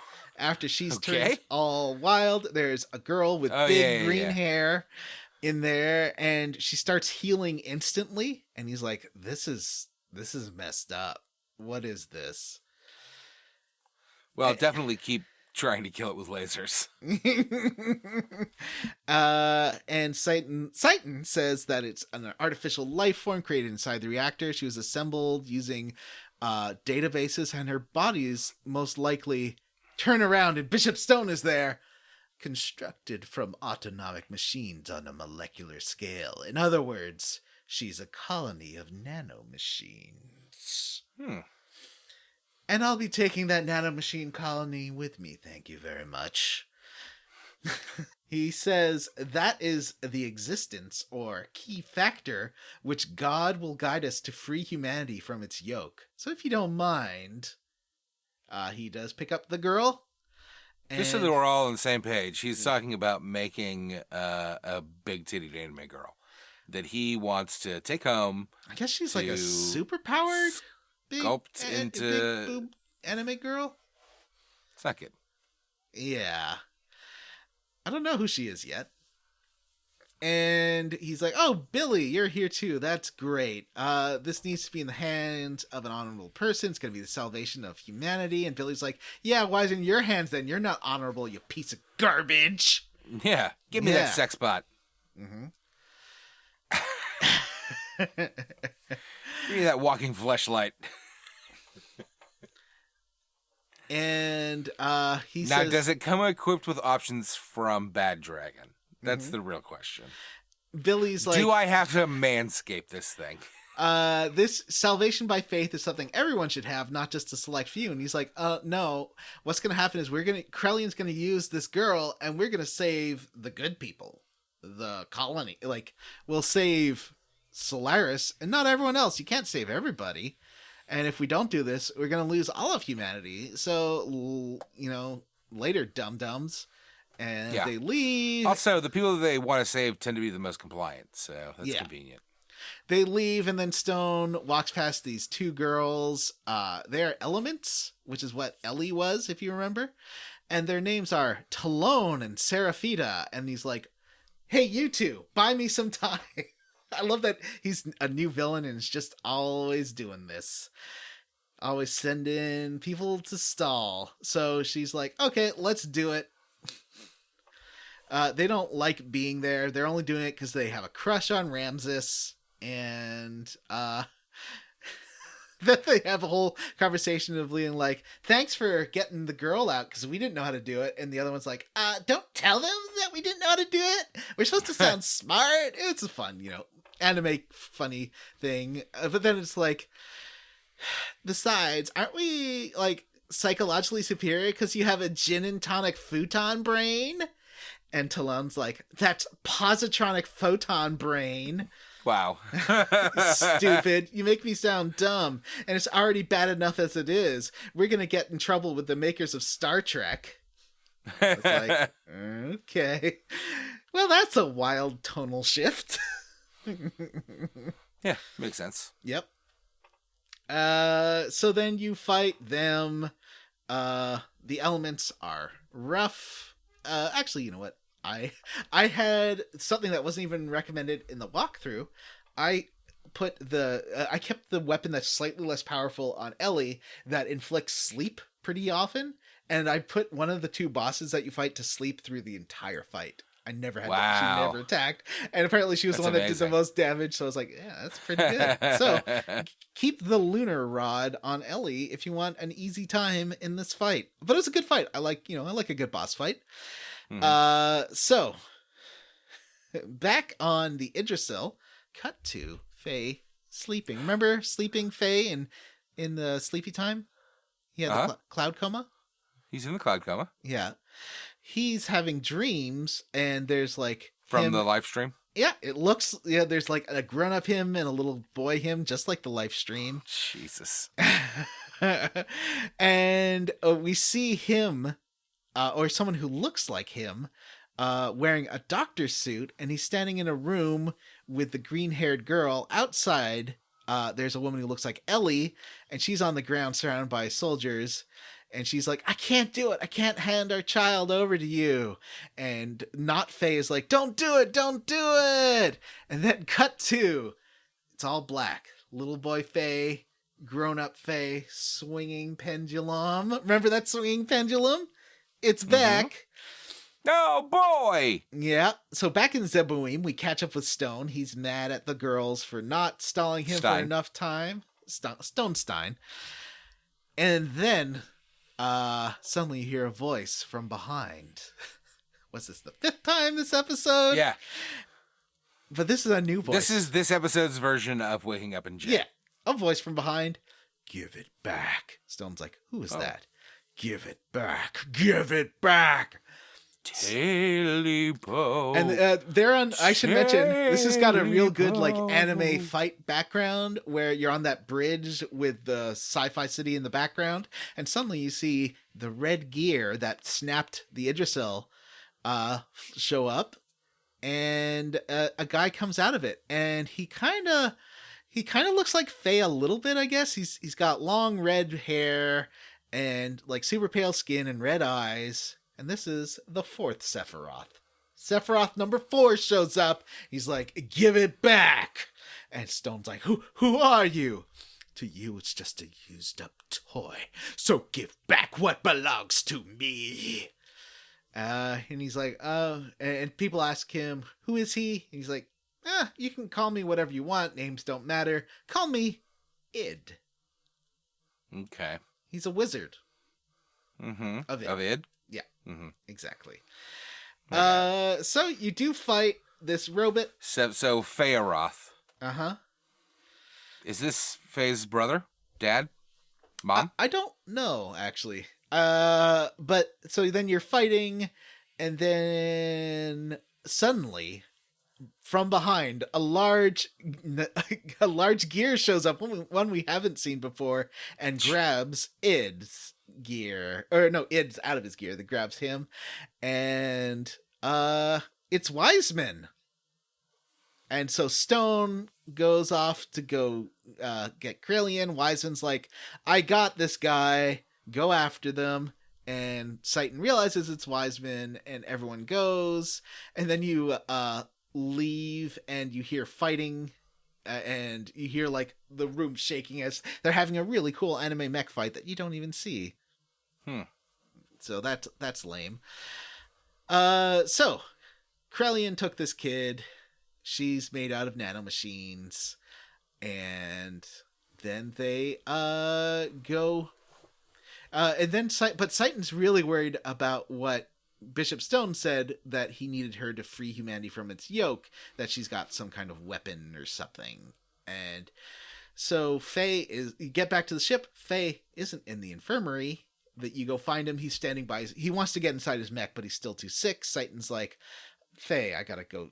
Faye, you can't fight right now. But it's good to see you back on your feet, but you can't fight right now. So Satan gets out of the party. Now the party is led by Billy. And oh boy. Yeah.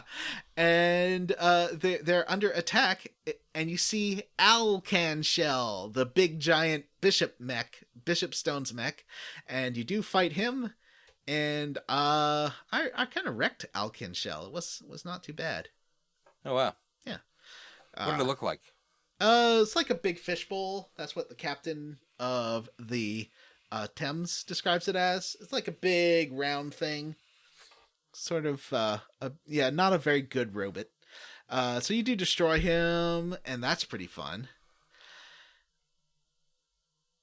And, before that, Graf does show up, and then, like, actually, this is pretty awesome. Graf shows up, he gives Stone extra power. Stone says he doesn't need it, but he gives him extra power. Also, now Stone doesn't look like a bishop anymore. He doesn't look like a nice guy. He looks exactly like Red Skull from Captain America. Oh, really? He's got, like, a weird, grizzled, bloody face. I thought Graf was a good guy. He's helping the bad guys? Yeah, he's helping the bad guys because... I don't understand. Well, Miang asked him to. And I guess he, like, has some... She's got, like, those psychic powers and stuff. So anyway, you blow it up. Actually, that's not true. I forgot the best scene in the game, or so far, happens. You're fighting Stone. And because of the power of his anger, it's created a force field over this big giant fishbowl mech, and you cannot do any damage. You play for a few rounds, and you're just nothing's getting through. and then Josiah, Billy's dad, is like, Billy, you need me. You need to get me there. I can turn into this weapon, and you can fire me. And his mech transforms into a gun just like a Transformer. And Billy, like, takes this gun and he's like, now, Billy, do it. And he fires it. God. And it fires a super powerful bullet that does take down the hate shield that Bishop Stone has put up around his mech. And then Titan's like, wait, that power, that means you just fired your dad. It's a buntline, an ether gun gear where the pilot rides directly into the bullet. It means that he killed his dad by shooting him like a bullet at the robot. What the fuck? It's amazing. Wait, hang on though. Yeah. I mean, it turned into a gun that he held in his hand. And the gun... It was a big gun. Like, it was like a rocket launcher, so it was pretty big. Was it so big that it could hold a whole human corpse in it? Yes. No, it's the size of a mech. It's just like he was holding it like a big rocket launcher. And wow. So it fired his dad as a bullet into... Oh, that was great. Sounds great. Yeah. What the fuck? There is, actually, I think you'll kind of agree with his dad's speech before he gets fired as a bullet. Stein's teaching were all deception. The fabricated faith was a worldly system for compensating those people with fragile souls. But faith and God aren't things that are given to you from others, right? They're things you have to discover within yourself and by yourself. Things that cannot be put into words, things that cannot be expressed. Isn't that what God is all about, Charlie Brown? Question not thy God, for thy God doth not respond. The reason I taught you how to use a gun as a child was to save people. You say guns are tools for killing people, but you're wrong. Guns don't kill people. People kill people. Have you ever looked at the expressions on those Reapers you destroyed? It's an excruciating process to be turned into a Reaper to ease their torturous pain. They seek human blood and attack people to get it, but that does not vanquish the true pain from within their hearts. There's only one way to be saved from the pain. That is by termination. I'm trying to do a Charlton Heston thing here. I'm confused. Did they really bring up Charlie Brown? No, that was me.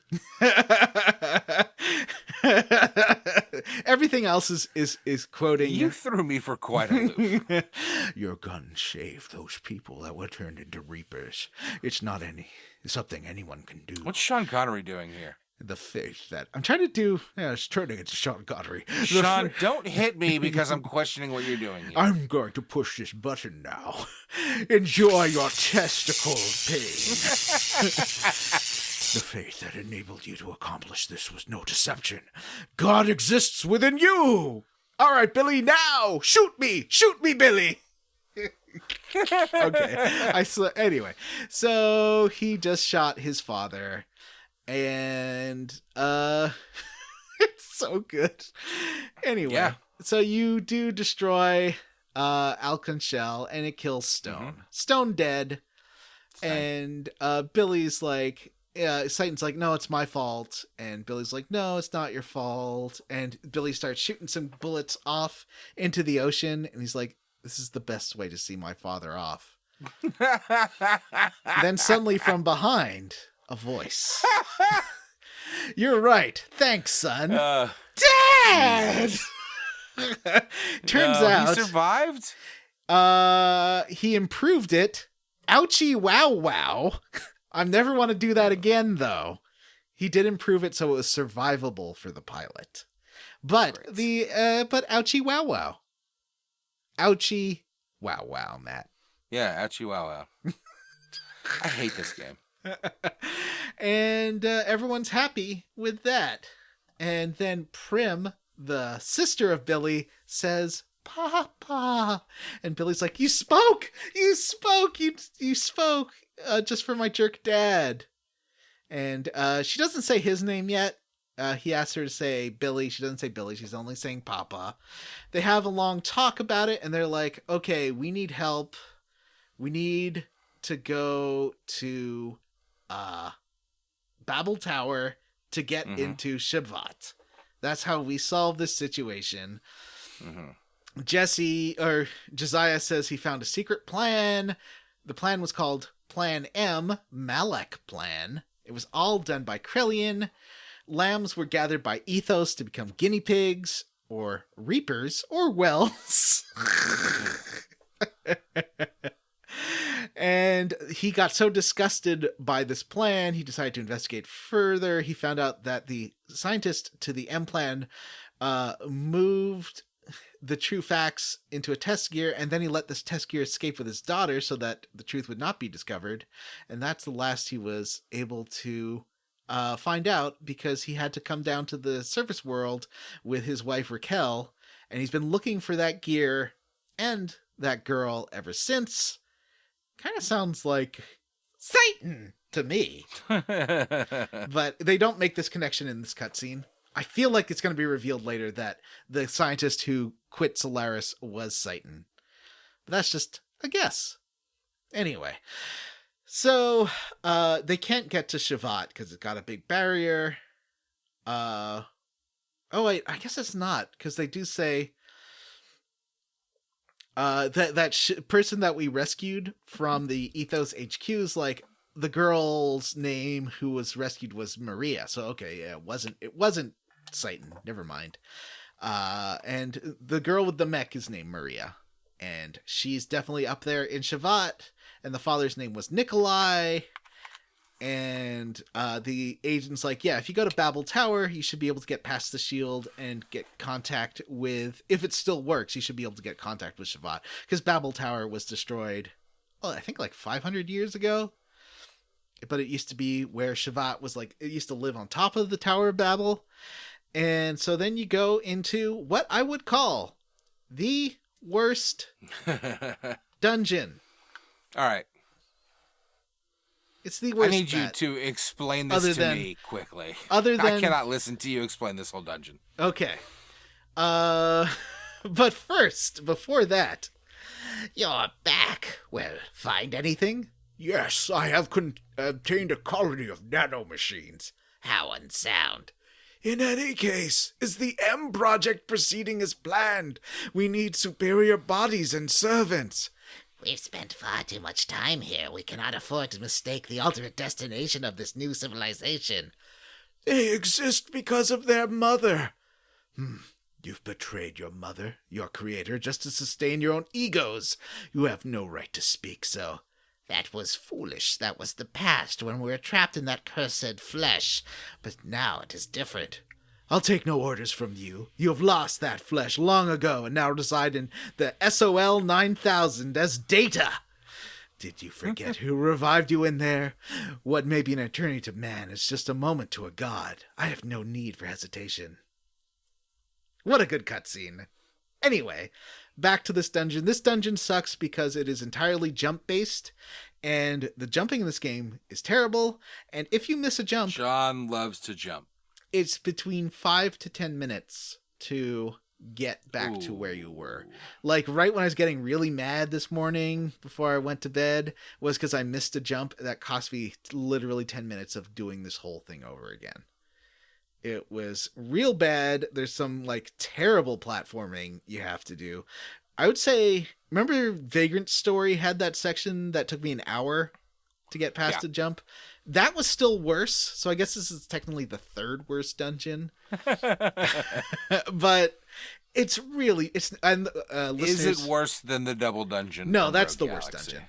That is, I don't think any game's going to surpass that dungeon for badness. What? I mean, another game could do a double dungeon. But that double dungeon took 7 hours. Mm? That's a long time.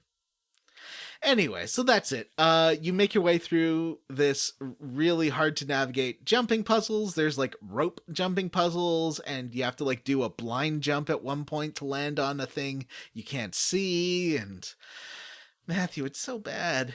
It's so bad. Sounds terrible. It was. Yeah. And can't wait to do it myself. the random encounters were once every minute or so, once every 30 seconds. So there's a lot of random encounters in this jumpy dungeon. If the random encounters happen while you're jumping, it screws up your jump.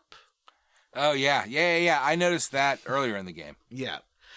So you climb all the way up. You can get a random encounter. I don't know if I brought it up in the episode when it happened. You can get random encounters in mid-air. Mm-hmm. That's fucking wild. So you do get attacked by Ramses and Miang. So Ramses, anytime you fight him, he does have the thing where he blocks his mech or moves his face to block, and you can't attack during that time. This was a really easy fight, though. Like, this fight... Why? I don't know, it's just... I think I'm just... I figured out... It's something I wanted to talk to you about real fast. I figured out how to unlock death blows. It doesn't have anything to do with this fight, but just in general, that's helped me a lot with the game. Because I've been unlocking a few, but I hadn't been unlocking them regularly. You just have to use it. How do you do it? I thought you just used it a bunch.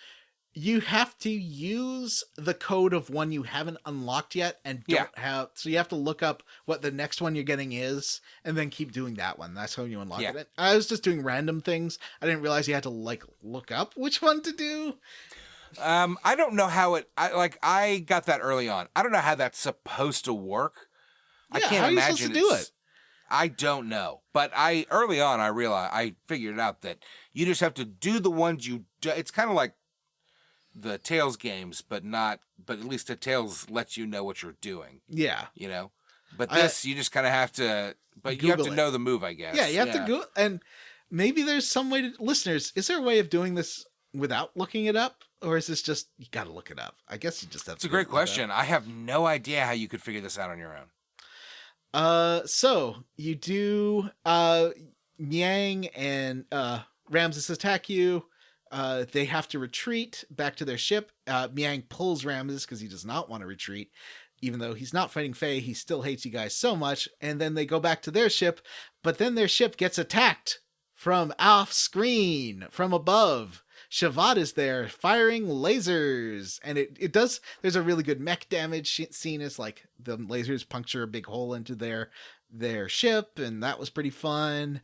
You go up to the top of Babel Tower, and then Maria, that girl we were talking about before, who has this super powerful mech, she's like, hey, a lot of people want to come to Shevat. We don't let you, so you're gonna have to fight me. So you do have to fight her. And I was like saving up points and stuff. Your AP? Yeah. Oh no, not the AP because it's or whatever combat, it's called. The attack level. I don't know. This was pretty easy. It was the hardest fight for sure. And I was trying to save up like 20 AP to do. Well, he's a wizard, so it makes sense. Yeah, that's true. I didn't get to do it in time because I killed him, but right before I was about to do that super satisfying like 8 attacks in a row, 8 combos in a row thing. I told you that. You were asking early in the season, like, what's the point of this? It's so fucking fun when it does goddamn 8 of your combos in a row. It's ridiculous. I really wanted to do that. I did 15,000 damage. Yeah, but it didn't let me because the fight ended right before. I was a little bummed out by that. Anyway. So satisfying. So, you defeat her, and then you get a message from the queen And the queen's name is Maria. No, Zephyr. She's Maria. Queen Zephyr. And she's like, just take him upstairs in Solaris. But right before you get to Solaris, cut to useless. They allowed the Gazelle Counts Syndicate again. My favorite brains. Mm-hmm. Let me dramatically read. This is the last thing before the end of the chunker. Useless. They allowed contact with Shevat. There is an anima relic in Shevat. We cannot afford to have them align before the preparations are complete. It's meaningless if it's not compatible with our type. You want to bury all of Shevat? What of Animus? There are others. We must respond severely so this doesn't happen again. What about the Shevat gate? As long as it's in there, we can't get in. Easy. We use Oxen's gravity cannon to compensate for the time-space warp. Oxen? Is it operational? Re-education is complete. It is ready. The airborne squad is already assembled. Any side effects? The regulated 71st Airborne should have no problems. Well then, I look forward to this. There you go. Bum, bum, bum. Looks like Shevat is not gonna be around for much longer. It's a bummer. Mm-hmm. There were no bullshit minigames in this chunker, Matthew. Wow. Which is, frankly, quite okay. Yeah, I'm not mad about it because we talked about this for a long time. Yeah, we did. For a chunker where you described where nothing much happens, again, it took the last 6 hours. Lots of stuff happened in this chunker. The last one, not much happened. This one, lots of stuff happened. Are you enjoying the swapping of main characters? Yes, I tend to like that in a game. Seeing things from different perspectives and stuff. Yeah. So, Matthew, what are you roundly for or squarely against? If I don't agree with it, I'm going to shock your testicles. I'm roundly for the Tower of Babel. It was such a good dungeon. Thank you. What about you, John? What are you squarely against? I am. I'm squarely against the Tower of Babel. That was, as bad as that is, I'm roundly for Zeboim. That was a cool dungeon, and lots of cool stuff happened in it. I liked Terra. I liked Terra showing up. I liked Wizard of Id showing up. I liked Graf showing up and Wiseman showing up. Approaching you from behind. I love how everyone approaches you from behind and do you like reveals. Do you like how they keep revealing bigger and bigger mechs? Yes. There's got to be a like, you can't just keep having larger There's going to be like mechs. a planet-sized one, right? Like, this game better end with you fighting Unicron from fucking the Transformers movie. Mm-hmm. Oh, there was that big giant wells, like the supersized wells that we fought. Do you mean Reaper? Sorry, yeah, or Reaper. If you used ether magic on it, it grew, and it became more powerful, but way weaker, and so lowered. So the strategy to that one's just to use magic on it to damage it and make it grow and grow and grow. And it was really cool because by the end, it's like towering over your mechs, and I thought that was like a real Ultraman kind of thing. It was pretty neat. It's cool. Yeah, I like that. So maybe that's what John is roundly for. I'm roundly for that fight and Zeboim in its entirety because that was a pretty cool bit of JRPG fun and anime nonsense. Next time on Square Roots, we finish Disc 1, finally. What? How many episodes do you think Disc 2 is going to take? I think like 2 or 3. Not very many. Well, we better get this new vote up and running, huh? Yep. All right, Matthew, I'm going to transmogrify you into Jim and Vanessa. Bye. Yeah, let's read emails and Patreons. That's a fun idea. This email comes from Travis. He says, I was wondering what all goes into the making of a Square Root series. How far ahead do you guys plan out what games you're going to play? Obviously not including a Patreon vote game. What is a typical week like in the Squoots house? How much time do you all put into making an episode each week, all the way from playing the game to recording to editing and publishing? He said, thanks again for all the great content, Travis. That's a great question. One that I know very few of the answers to. Well, you've certainly recorded and played games for the podcast. I have certainly recorded and played games for the podcast and done a little bit of editing for the occasional bonus thing. I think that we try to keep it around 5 to 8 hours a week of gameplay, ideally. But we fail often. Yes. Not just fail at keeping the game chunk to a manageable amount, but we often fail in playing the game, playing the chunk that we say we're going to play. We do try. We try. I usually do it. I think I've dropped John's the ball definitely the most consistent. once or twice, I think. Johnny's the best. Yeah. I'm kind of a all or nothing kind of girl, so I generally have not played it at all, or I will finish the game like a month before we're done with the series. Yeah. Also, Vanessa's back. Weird. Whoa! How hey, did Vanessa. you summon Vanessa like that? That was really cool. She appeared out of thin air. Vanessa just breezes in and out whenever she wants to. Yeah, that's how it is at the Square Roots house. I do what I want, and I go where I want, and I say what I want. And what I want to say is more about how we do the show.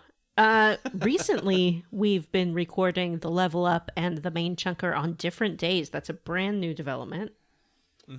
I like actually do kind of like that. Yeah.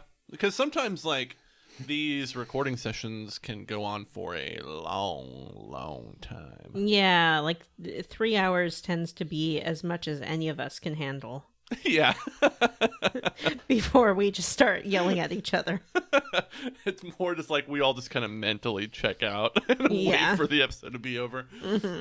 And then it's usually poor Johnny. Johnny's really the heart of the show, I would say. Yeah, John's definitely a capital G gamer. He is responsible. He's the beating heart of the show. He's the beating heart of the show. Other activities. We keep up the Facebook and the Twitter, sort of. Discord. So we have a really great Facebook community. That's like a little daily check-in kind of thing. I look at the Twitter because I do not have my own Twitter account. So really I use it mostly just for looking at the stuff that I want to look at. And will occasionally post something about games, but mostly retweet pictures of shoebill storks because I love them. I also love shoebill storks. Actually, I don't know what they look like. I'm sorry, that was a lie. They're Well, really you funny should looking. Visit our Twitter more often. Well, you know what? It hasn't been recommending it lately. I haven't been seeing Vanessa. I think I have to engage more with those tweets to show up again because of the algorithm. Yeah. So just go to the page and be like, I love shoebill storks. That is a shoebill stork, right? The first tweet when you load up the Square Roots is a shoebill stork. And I wasn't kidding. Yeah, there's those hats. I do like those hats on the Oh, that's trophy. right. Yeah, I put a little picture of playing the Taskmaster board game as discussed in the Level Up. And I don't remember what else I've tweeted about. Anyway, so what do we do? Choosing the games. How about that? Yeah. We usually get I don't know. Probably, I mean, when we're not doing Patreon votes like we are all year this year, we'll usually get about halfway through a game and then kind of decide by committee on what the next one's going to be. Here's my interpretation of how this pans out. Matt, this is about halfway through us playing a game. Oh my God, I'm playing this game. We have to play it next. I bought it. I'm already 20 hours in. Okay. And then getting towards the end of the game, I'm like, oh, so Matt, I guess we should all download Game X. And Matt's like, why? And then I said, well, you said that we're all going to play that. It's like, no, I didn't. And then we have to figure out something else to play. Or he'll be like, I'm over it. Yeah. I think we all kind of have a wish list of games, although my wish list is getting pretty shallow because we've been doing this for 6 years now. Yeah. Which is part of the reason why it's so nice to have the Patreons decide for us. We don't have to think about it as much. I don't think we've ever played a game where any of us have been like, no. And we try to kind of take turns, but... Yeah, we do generally kind of rotate around. I'd say that any of us have a veto of any game. Yeah, I mean, considering how long our series sometimes are, we'll usually each get to pick 1 or 2 games a year. We won't all get 2 games a year, but usually 1 or 2 of us might get a second game in a year. So we all mostly just kind of go around the horn and say, I want to do this, and then everyone decides it's not offensive enough to their personal taste to veto it, and then we'll play it. Mm-hmm. And I think that all of us, it's not always consistent, but usually at least 2 of us will be really into a game. And it's not always the same 2 people. But I think about, like, I love the Fallout games. Is it Matt that hates them? Matt hates them.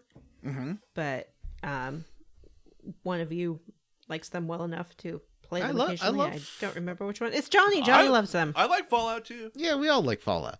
We all like Fallout except for Matt. And that's usually a good place to be in. We like to have enthusiasm from at least 2 of us. Mm-hmm. And it can be kind of funny if one of us hates it. So I don't mind that necessarily. Yeah. Even if it's me. Is that 2 behind the curtain? No, I don't think No? so. Let's see.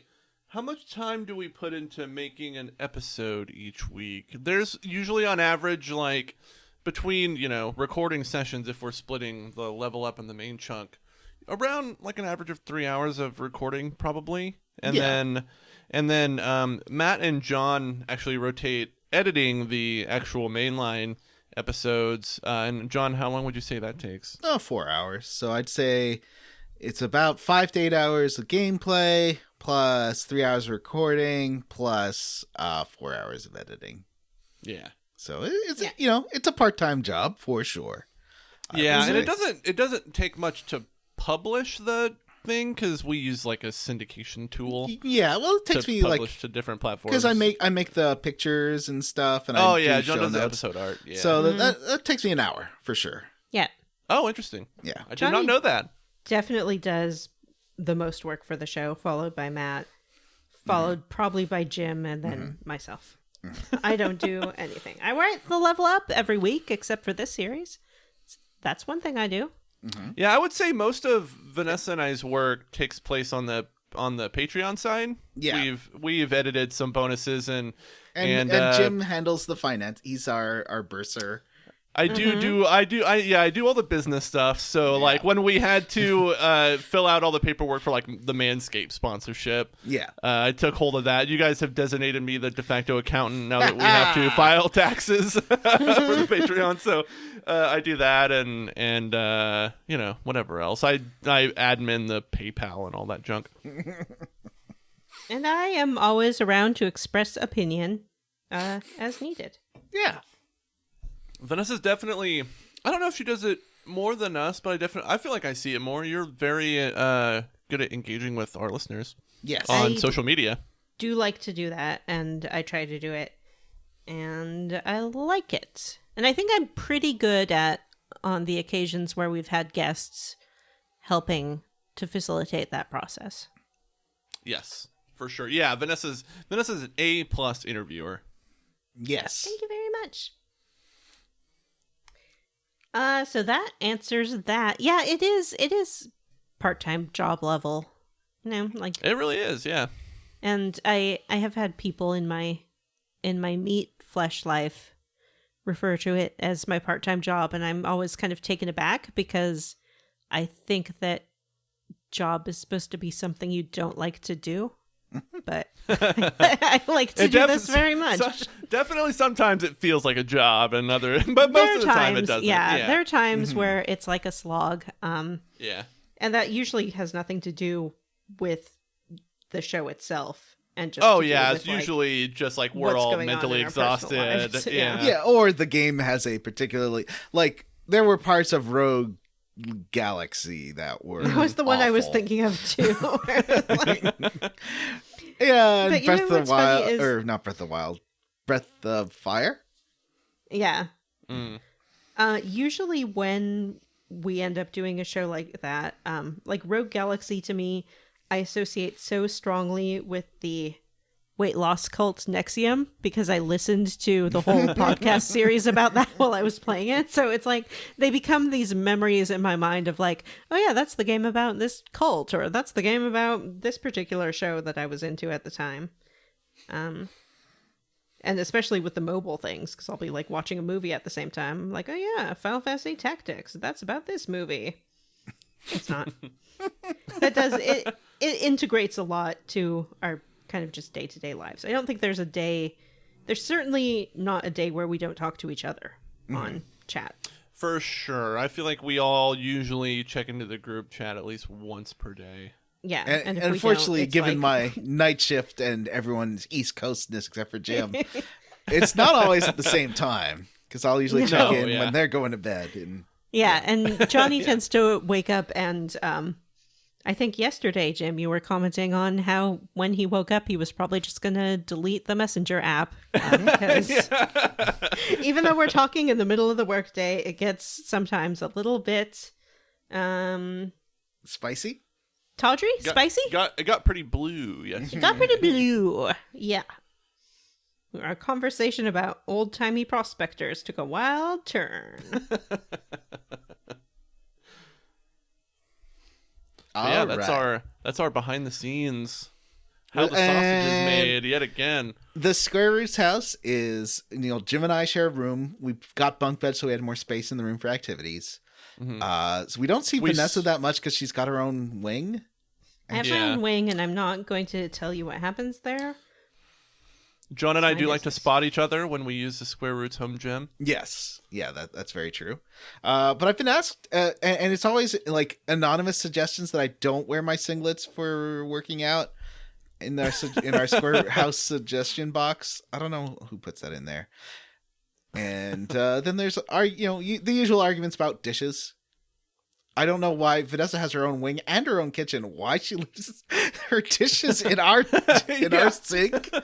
Makes us deliver them to her. Because they have to get cleaned. Duh. You have a dishwasher. Yeah, it's called You Guys. Oh, that's some classic comedy from the Wife Bad School of Comedy. And then sometimes we find Matthew sleeping on a hot dog. Yeah, man, Matt's a habitual hot dog sleeper. It's like maybe an anxiety thing. Yeah. You know what I would love to do? You know those like race car beds that they make for little kids? Sure. Yeah. If I had the means to commission a hot dog shaped bed for Matt, I would do that in a heartbeat. Oh man, that'd be great. That should be a Patreon stretch goal. We get to $5,000 a month. We'll get Matthew a hot dog shaped bed. All right, let's. And he never dated again. Or maybe he'll date more than ever. Maybe he will. I mean, that's one heck of a chat up line to get a lady That's back true. to your room. Do you want to see my hot dog shaped bed?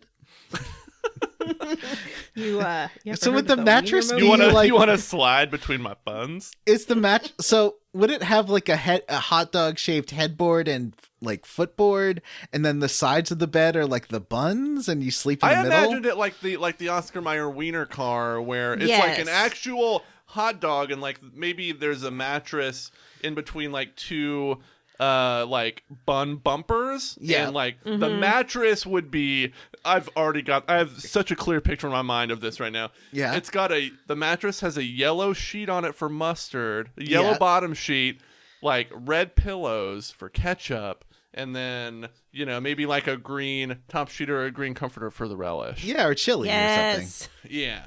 You can swap out sheets depending on what flavor he's feeling like. Oh, totally, yeah. If he's feeling more like or if he wants a Chicago-style hot dog, he can use like a white blanket for the mayo. Yeah, exactly. Or onions, or I like to have sauerkraut on. Oh yeah, put some kraut on there. Yeah. Mm-hmm. That could be nice, like fuzzy blanket. Really get that texture going. Mm-hmm. Anyway, thank you, Tim, for the email. I hope this elucidates the process a bit.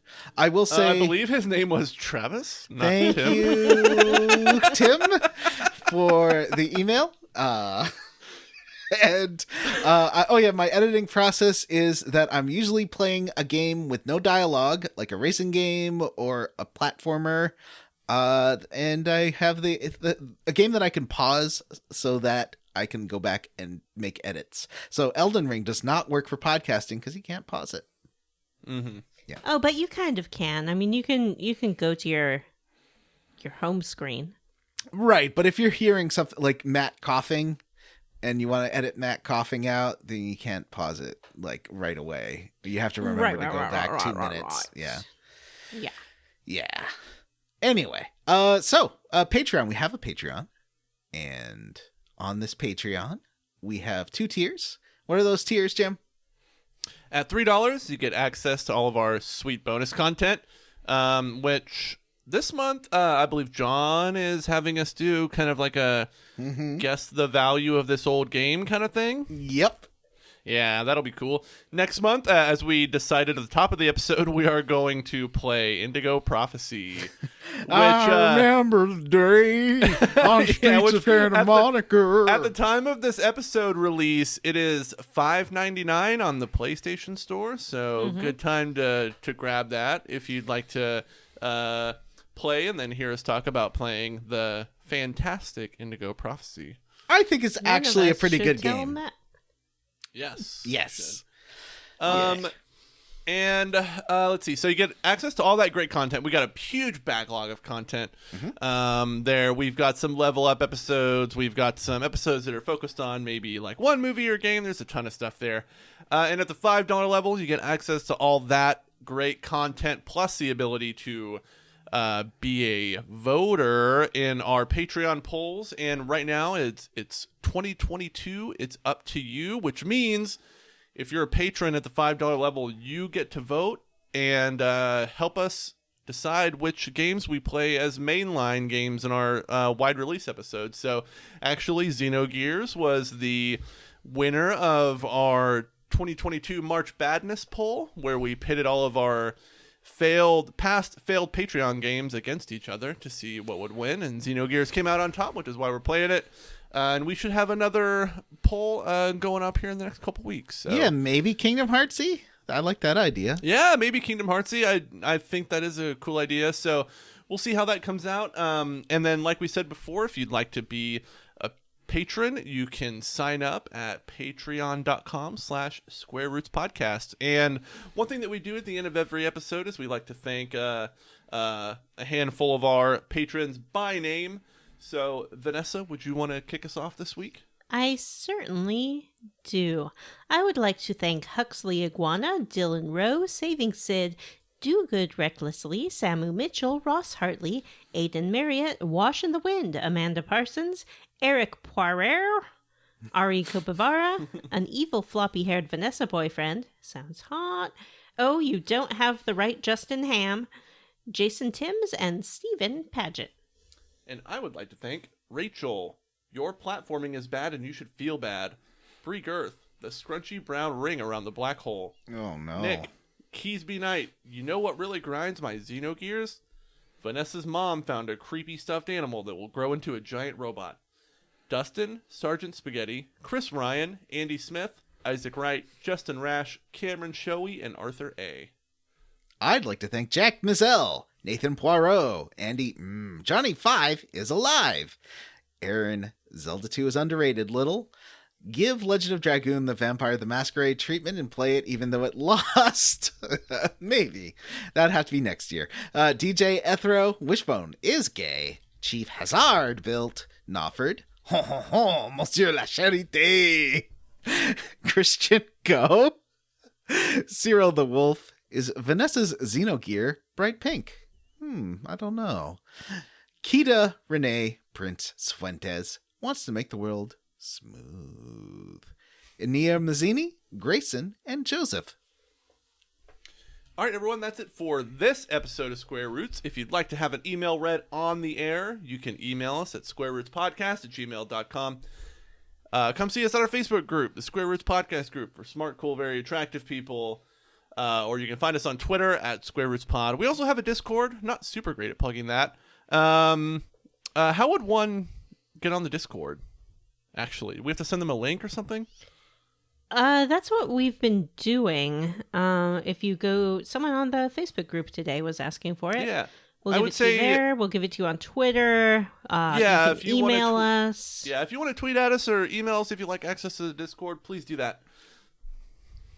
I always forget to go on the Discord. That is the one social media thing I just can't get into the habit of. I re-downloaded the app just today to start engaging more with it. So, Ooh, Borderlands 3 is free on Epic Game Store. Go grab that. yeah. Oh, wow. Yeah. Continue. Please rate, review, and subscribe on iTunes, Ghana, or wherever you listen to podcasts. Thanks to Stephen Morris for our Square Roots theme. You can find Stephen on Twitter as Beige on Beige and on YouTube. Links in the show notes. Spotify listeners, for all our classic episodes, check out our archive at squareroots.libsyn.com. That's LIBSYN. Or on our Square Roots RSS feed. All right, everyone. For Square Roots, I am Jim Banks. I am Johnny Brandon. Sorry, I was burping. Oh, I thought you were waiting for Matt, and he's gone again. And I'm Vanessa. Bye.